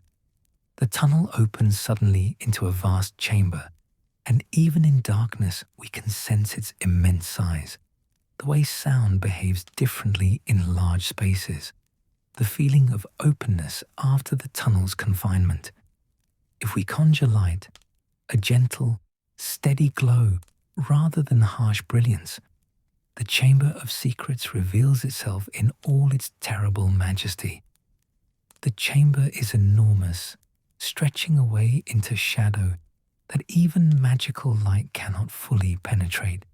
The ceiling rises perhaps 50 feet above us, lost in darkness, supported by massive stone pillars carved to resemble serpents, their bodies coiling upward, their heads meeting at the ceiling's apex, their mouths open as if ready to strike. The floor is smooth stone, carefully laid, covered in places with the debris of 1,000 years. Fallen rock, the skeletons of small creatures that somehow found their way down here and could not escape. The shed skin of the basilisk that once dwelt here. Massive translucent sheets that crackle like ancient parchment when disturbed. At the far end of the chamber, barely visible in the dim light, stands a face carved from the stone wall. The face of Salazar Slytherin himself, rendered in such detail that it seems almost alive, his features sharp and severe, his expression one of cold pride and absolute certainty. The face is enormous, perhaps 30 feet from chin to crown, dominating the chamber's end wall, its mouth closed but clearly designed to open, to release the monster that Slytherin placed here as his final argument in the debate about who deserved to learn magic. Let us not wake that particular secret tonight, dear listener. The basilisk is gone, defeated decades ago, but the chamber retains its aura of danger, its feeling of purposes dark and powerful even if no longer active. Instead, let us simply observe this space. Let us feel the weight of history it represents, the way it speaks to the complicated legacy of Hogwarts' founding, to the fact that even the greatest institutions are built by flawed individuals, that even places of learning and light contain shadows, both literal and metaphorical. The Chamber of Secrets teaches us something important about Hogwarts itself, that the castle contains multitudes, that it was built by 4 individuals who agreed on much but disagreed on certain fundamental principles, that those disagreements are embedded in the castle's very structure. Slytherin's chamber exists as part of Hogwarts, built into its foundations, impossible to remove without damaging the whole, a permanent reminder that unity does not require unanimity, that we must acknowledge and contain our differences rather than pretending they do not exist. But let us ascend now from these dark depths, climbing back up through the tunnel, sliding up the pipe through magic that reverses our descent, emerging once more into Myrtle's bathroom, where the light seems bright and welcoming after the chamber's profound darkness. We have another legendary space to visit tonight, another chamber that speaks to very different aspects of Hogwarts' magic and purpose. Let us make our way through the castle's corridors, climbing stairs that remain mercifully still, passing portraits that drowse in their frames, moving through the sleeping castle toward the 5th floor. Here, in a corridor that most students traverse without ever truly seeing, there sometimes appears a mirror, the mirror of Erised, which we glimpsed briefly in that abandoned classroom, but which deserves deeper consideration, more thoughtful contemplation. The mirror stands in whatever chamber currently houses it, sometimes the abandoned classroom, sometimes hidden in other forgotten spaces, moved by Dumbledore or other headmasters, when its presence in one location becomes problematic. Tonight, let us imagine it in a room of its own, a circular chamber lit by soft candlelight, empty except for this remarkable artifact standing at its center. The mirror of Erised is tall and magnificent, its frame wrought from gold and decorated with an inscription that reads, when properly understood, "I show not your face, but your heart's desire." The mirror's surface is perfectly smooth, reflecting light in ways that seem slightly wrong, slightly more liquid than ordinary glass, suggesting that this is not a simple reflecting surface, but rather a window into something deeper, more profound, more dangerous than mere reflection. To look into the mirror of Erist, dear listener, is to see yourself not as you are, but surrounded by what you most desperately want. Not superficial wants or passing fancies, but the deepest desires of your heart, the things you yearn for so profoundly that you might not even acknowledge them to yourself. A person who has lost loved ones sees them alive and well in the mirror. Someone who has never known family sees themselves surrounded by parents and siblings. Those who desire power see themselves crowned and commanding. Those who desire love see themselves embraced by the objects of their affection. The mirror is beautiful and terrible in equal measure. Beautiful because it gives us visions of perfect happiness. Terrible because those visions are not and can never be real. Because the mirror shows us what we lack rather than what we possess.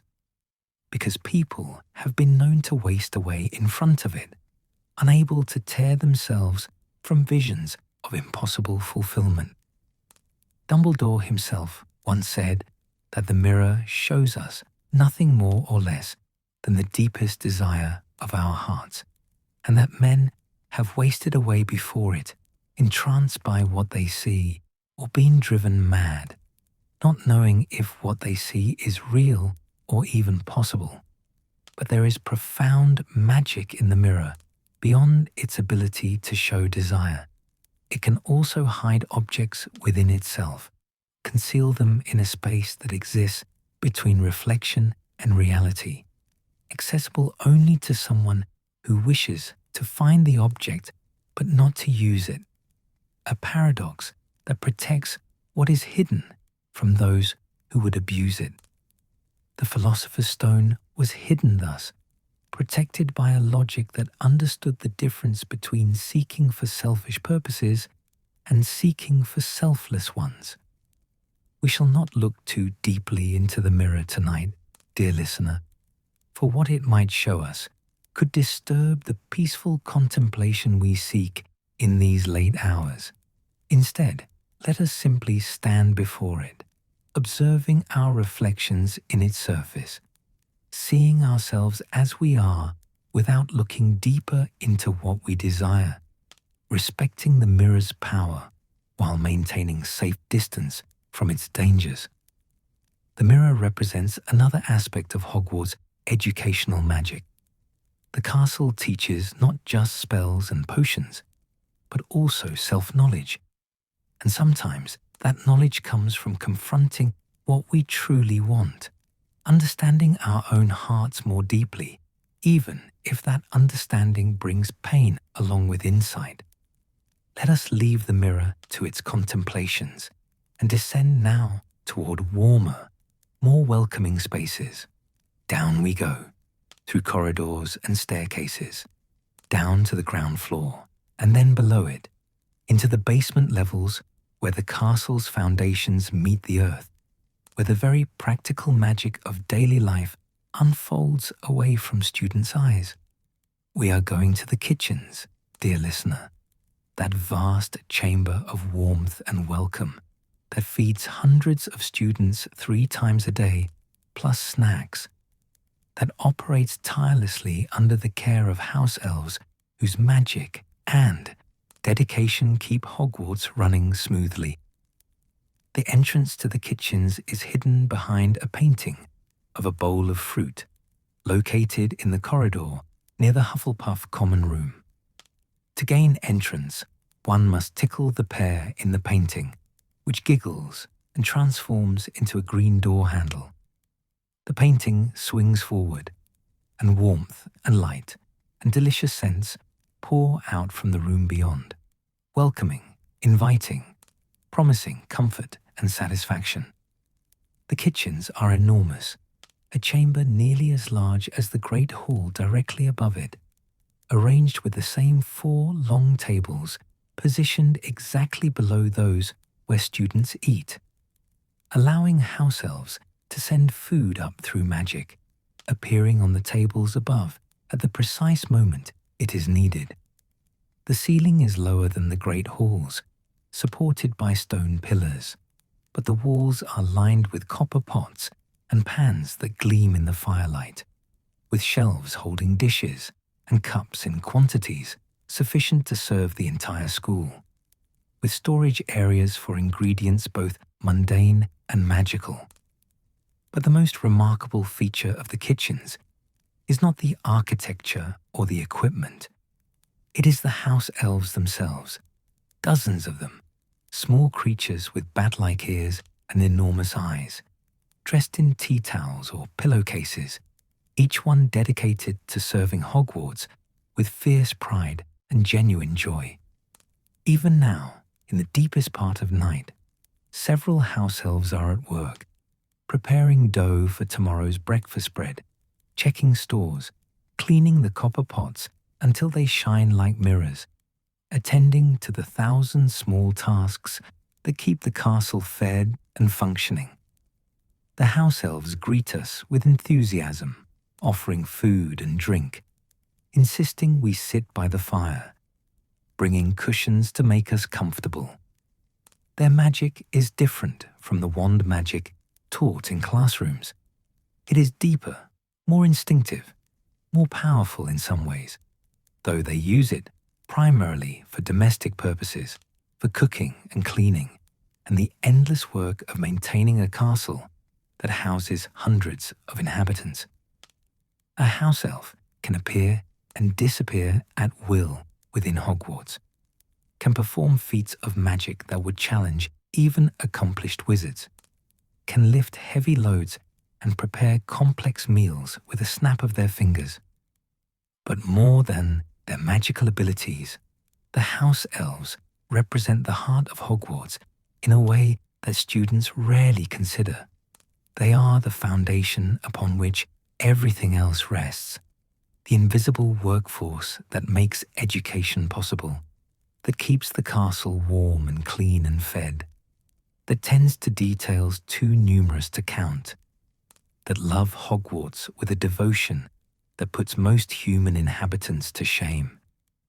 The kitchens are not grand or legendary in the way that the Chamber of Secrets is legendary, not mysterious in the way that the Room of Requirement is mysterious, but they are perhaps more essential, more fundamental to what Hogwarts actually is. Not just a castle, but a home. Not just a school, but a place where people are nurtured and cared for, where basic needs are met with abundance and even artistry. Sit with me here, dear listener, by the great fireplace, where flames dance warmly, where the heat drives away any chill that might have settled into our bones during our explorations. Accept a cup of hot chocolate from the house elves, thick and rich, topped with cream and dusted with cinnamon. Rest here in this space of warmth and welcome, letting the tensions of our journey through darker chambers ease away, remembering that Hogwarts contains not just mystery and legend, but also comfort and care, not just secrets hidden in darkness, but also sustenance, provided with generosity and love. From here in the kitchens, we could venture further, out through the side door that leads toward the edge of the Forbidden Forest, that dark tangle of ancient trees where centaurs study the stars and unicorns walk in silver moonlight, where acromantulas weave their massive webs and creatures older than memory make their homes. Or we could climb up to Dumbledore's office, that circular room at the top of a tower, accessed by speaking a password to the gargoyle that guards the entrance, a chamber filled with silver instruments whose purposes are mysterious, with portraits of former headmasters and headmistresses who offer advice and argument in equal measure, with Fawkes the phoenix on his perch, burning and being reborn in cycles that echo the castle's own endurance. But perhaps we have travelled far enough tonight, dear listener. We have descended into the Chamber of Secrets and stood before the mirror of Erist. We have warmed ourselves in the kitchens and felt the house elves' dedication. We have touched upon chambers that represent different aspects of Hogwarts' complex nature, its capacity for darkness and light, for revealing uncomfortable truths and providing unreserved comfort, for hiding secrets and offering welcome, for being both mysterious and nurturing, legendary and domestic, all at once. The castle contains multitudes, layer upon layer of meaning and magic, chambers within chambers, secrets within secrets, each space telling part of the story of what Hogwarts is and what it means. From the darkest depths where ancient prejudices carved chambers of terror, to the warmest kitchens where selfless service provides daily sustenance, the castle embraces all of these contradictions, holds them all within its stones, teaches through all of them if we are willing to learn. Let us walk together now, dear listener, through these quiet corridors in the hour before dawn, when the castle truly reveals its deepest nature, when the magic that usually hums quietly in the background becomes almost audible, almost visible, shimmering in the air like heat rising from sun-warmed stones. Our footsteps echo softly on the ancient floors, each sound absorbed by centuries of similar footfalls, becoming a part of the great chorus of movement that has filled these halls since the founders first raised these walls through magic and vision and determination. The corridors of Hogwarts are not merely functional spaces, not simply the architectural necessity of connecting rooms and chambers.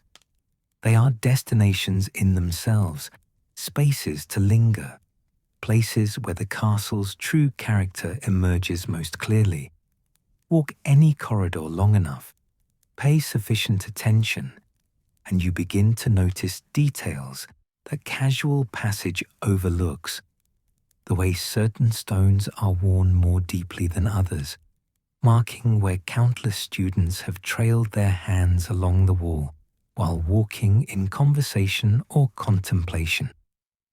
The patterns of torch soot on the ceilings, darker in some areas than others, mapping the pathways of air currents that flow through the castle like invisible rivers.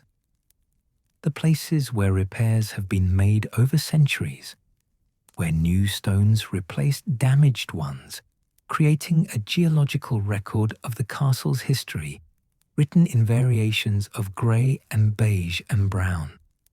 As we walk, we are not alone, dear listener.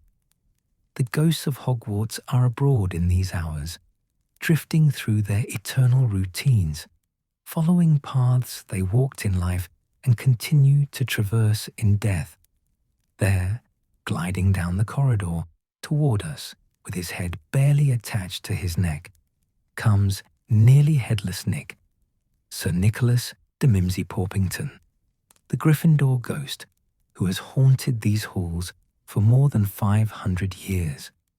He nods to us courteously as he passes, his partially severed head wobbling alarmingly, his expression one of melancholy dignity.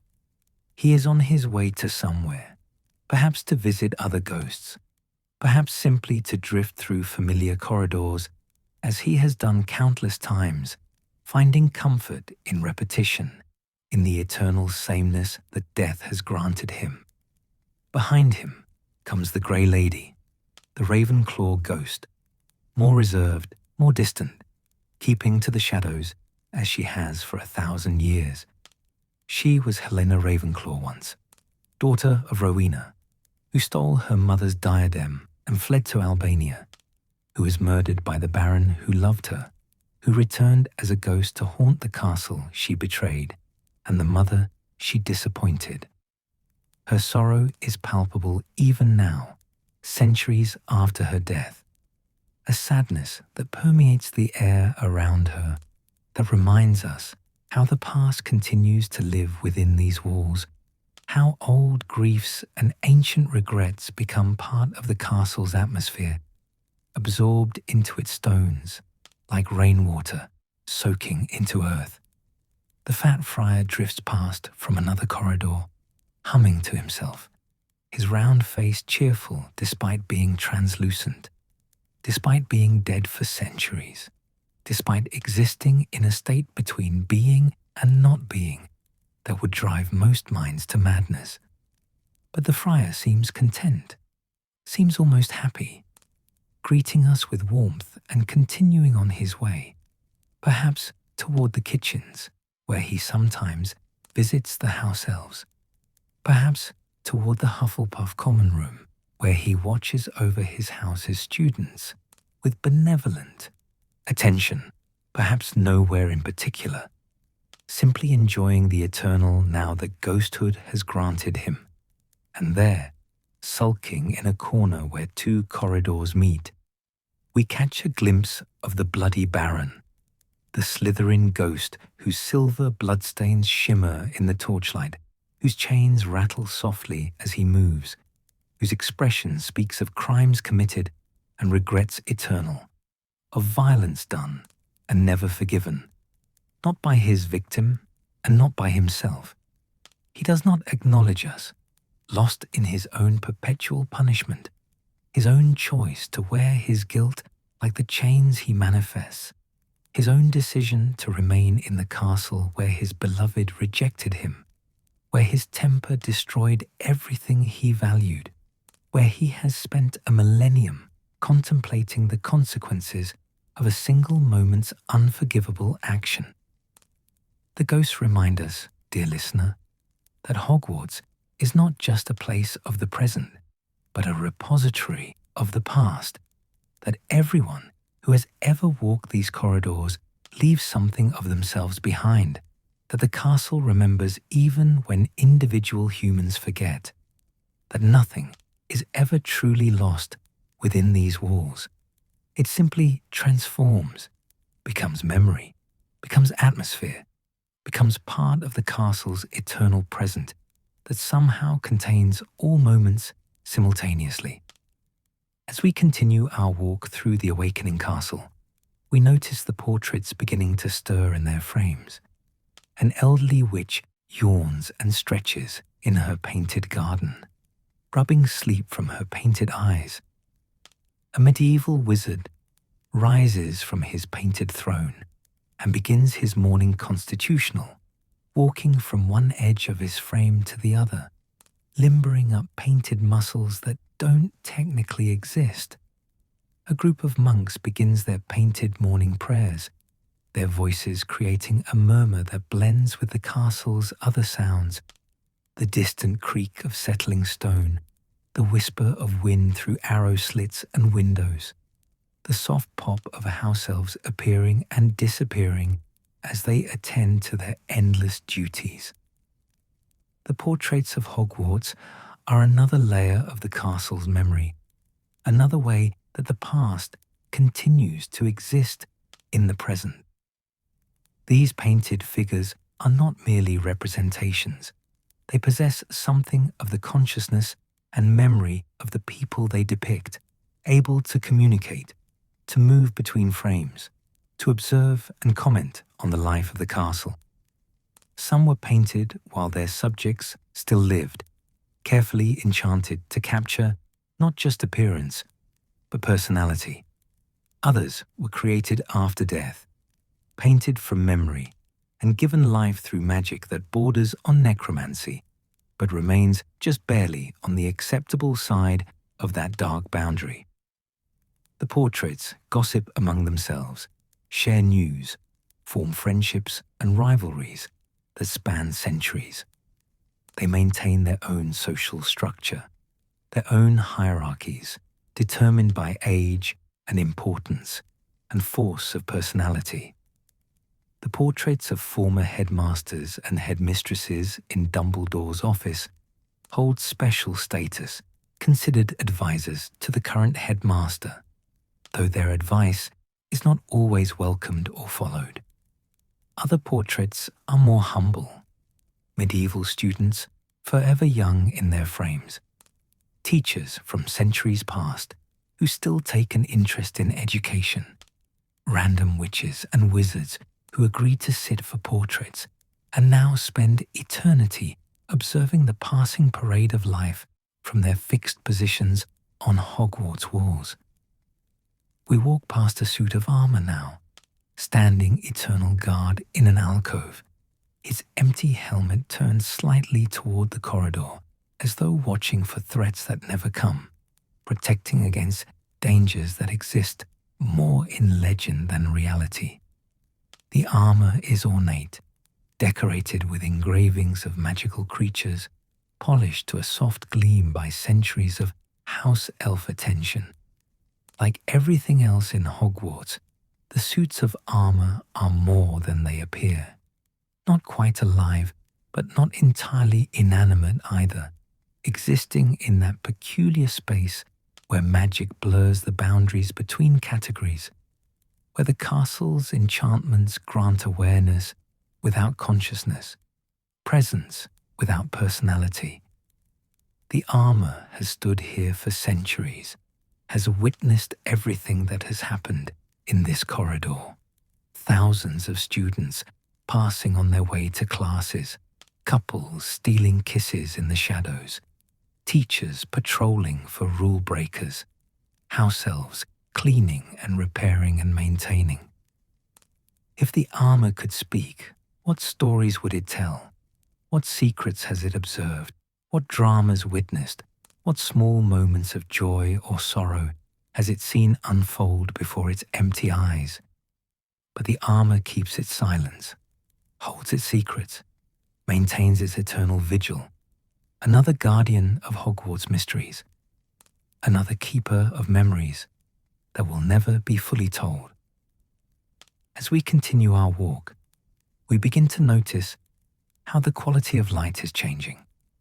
The torches still burn with their steady magical flames, but now, through the windows, we can see the first true light of morning beginning to paint the eastern sky in shades of pink and gold.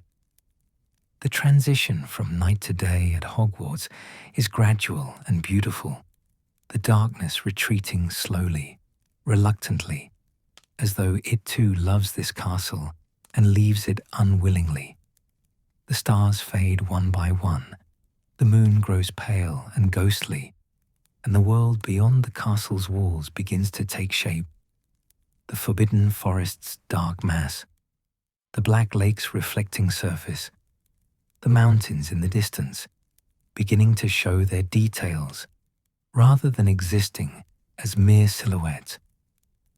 Let us make our way now to a particular corridor, dear listener, one that runs along the castle's eastern face, lined with tall windows that look out over the grounds toward the sunrise. This is a favorite corridor for those who wake early, who appreciate the quiet beauty of dawn, who understand that beginnings are as magical as any spell taught in classrooms. The windows here are ancient, their glass wavy with age, set in stone frames carved with symbols of renewal and morning, roosters and doves, suns rising above stylized horizons, larks and other birds associated with dawn. We stand before one of these windows now, looking out as the sun begins its ascent, painting the sky in colors that shift and blend moment by moment, rose and gold, amber and crimson, violet fading to blue, the infinite palette of dawn performed fresh each morning, never quite the same twice. The grounds below are emerging from shadow, details becoming visible that were hidden in darkness. The stone circle where herbology classes sometimes meet, the pathway leading toward Hagrid's hut with smoke already rising from its chimney, the Quidditch pitch with its goal hoops standing like sentinels at either end of the field. As we watch the sunrise, we can feel the castle beginning to wake more fully around us. Portraits chat more loudly, their voices rising in volume as they shake off sleep's last traces. Somewhere in the distance, we hear the first footsteps of early rising students, perhaps prefects beginning their morning patrols, perhaps students who couldn't sleep and have been wandering the corridors all night, perhaps someone heading to the library to finish homework they procrastinated too long. The castle is transitioning from its nocturnal self to its diurnal incarnation, from the mysterious shadow-draped entity we have explored tonight to the bustling educational institution it becomes by day. But the transition is gentle, gradual, respecting those who still sleep, those who need a few more hours of rest before facing the day's demands. Hogwarts understands rhythm and cycle, understands that there are times for activity and times for rest, times for revelation and times for concealment, times to explore mysteries and times to simply be, to exist peacefully in the present moment without striving or seeking or questioning. Let us walk one final corridor together, dear listener, making our way back toward the entrance hall where our journey began so many hours ago. As we walk, let us reflect on all we have discovered tonight, the room of requirement that manifests exactly what we need, the secret passages threading through the castle's walls, the forgotten towers reaching toward stars, the abandoned chambers sleeping in dusty silence, the enchanted staircases moving through space like dancers, the legendary chambers hiding in darkness and warmth, and finally, these corridors themselves, these eternal passageways that connect everything, that have witnessed everything, that remember everything. Hogwarts is more than a castle, more than a school, more than mere stone and magic arranged by human hands and the human wills. It is a living entity, a presence that grows and changes while remaining fundamentally itself, that adapts to each generation while maintaining connection to all previous generations, that holds secrets while gradually revealing them to those patient and worthy enough to seek them properly. The castle teaches through its very existence, through its architecture and atmosphere, through its mysteries and manifestations, through everything we have explored together tonight. Each corridor tells a story, each chamber holds a lesson, each tower reaches toward understanding, each passage offers connection. Together, they form a whole that is greater than the sum of its parts, a place where magic is not just practiced, but lived, where learning happens not just in classrooms, but in every corner and corridor, where growing up means learning to navigate both literal and metaphorical mysteries, where home is found not in safety alone, but in the acceptance of wonder, danger, beauty, and complexity all existing together within protective walls. We stand now in the entrance hall once more, having completed our circuit, having explored from the highest tower to the deepest chamber, having walked corridors in darkness and now in the growing light of dawn. The great oak doors stand before us, and through them we can see the grounds fully revealed in morning light, beautiful and peaceful. The new day beginning with its promise of classes and meals, friendships and learning. All the normal activities that will fill the castle in the hours to come. But we know now what most casual inhabitants never learn, that beneath and within and throughout the normal day-to-day existence of Hogwarts, there runs a deeper current of mystery and magic, of secrets and wonders that have accumulated over 1,000 years and will continue accumulating for 1,000 more. The castle keeps its mysteries, reveals them slowly, rewards patience and curiosity and courage with discoveries that enrich understanding and deepen appreciation for this remarkable place. Rest now, dear listener, here in the entrance hall, as the castle fully awakens around us. Let the peace of our nocturnal journey settle into your bones. Let the mysteries we have explored become dreams you will carry with you. Let the knowledge that Hogwarts holds infinite wonders be a comfort and an invitation. You have walked the eternal corridors, climbed the forgotten towers, discovered the hidden passages, stood before legendary chambers, and now you understand something that many never learn, that Hogwarts itself is the greatest mystery, the deepest magic, the most enduring wonder. The portraits smile at us from their frames. The ghosts drift past on their eternal rounds. The suits of armor stand their eternal guard, and the corridors stretch away in all directions, leading to discoveries we have made and mysteries still waiting to be explored.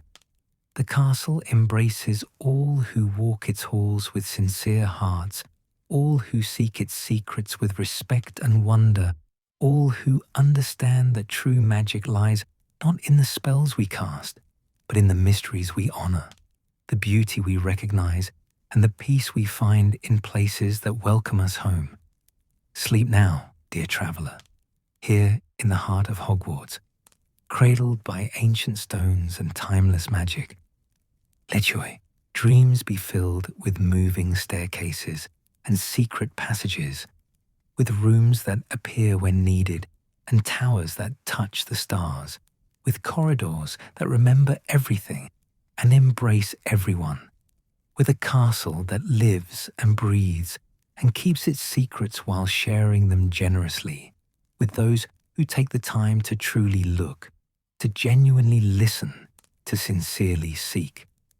The castle watches over you as it has watched over generations before and will watch over generations to come. Its stones are warm with accumulated magic. Its corridors are peaceful in their eternal purpose.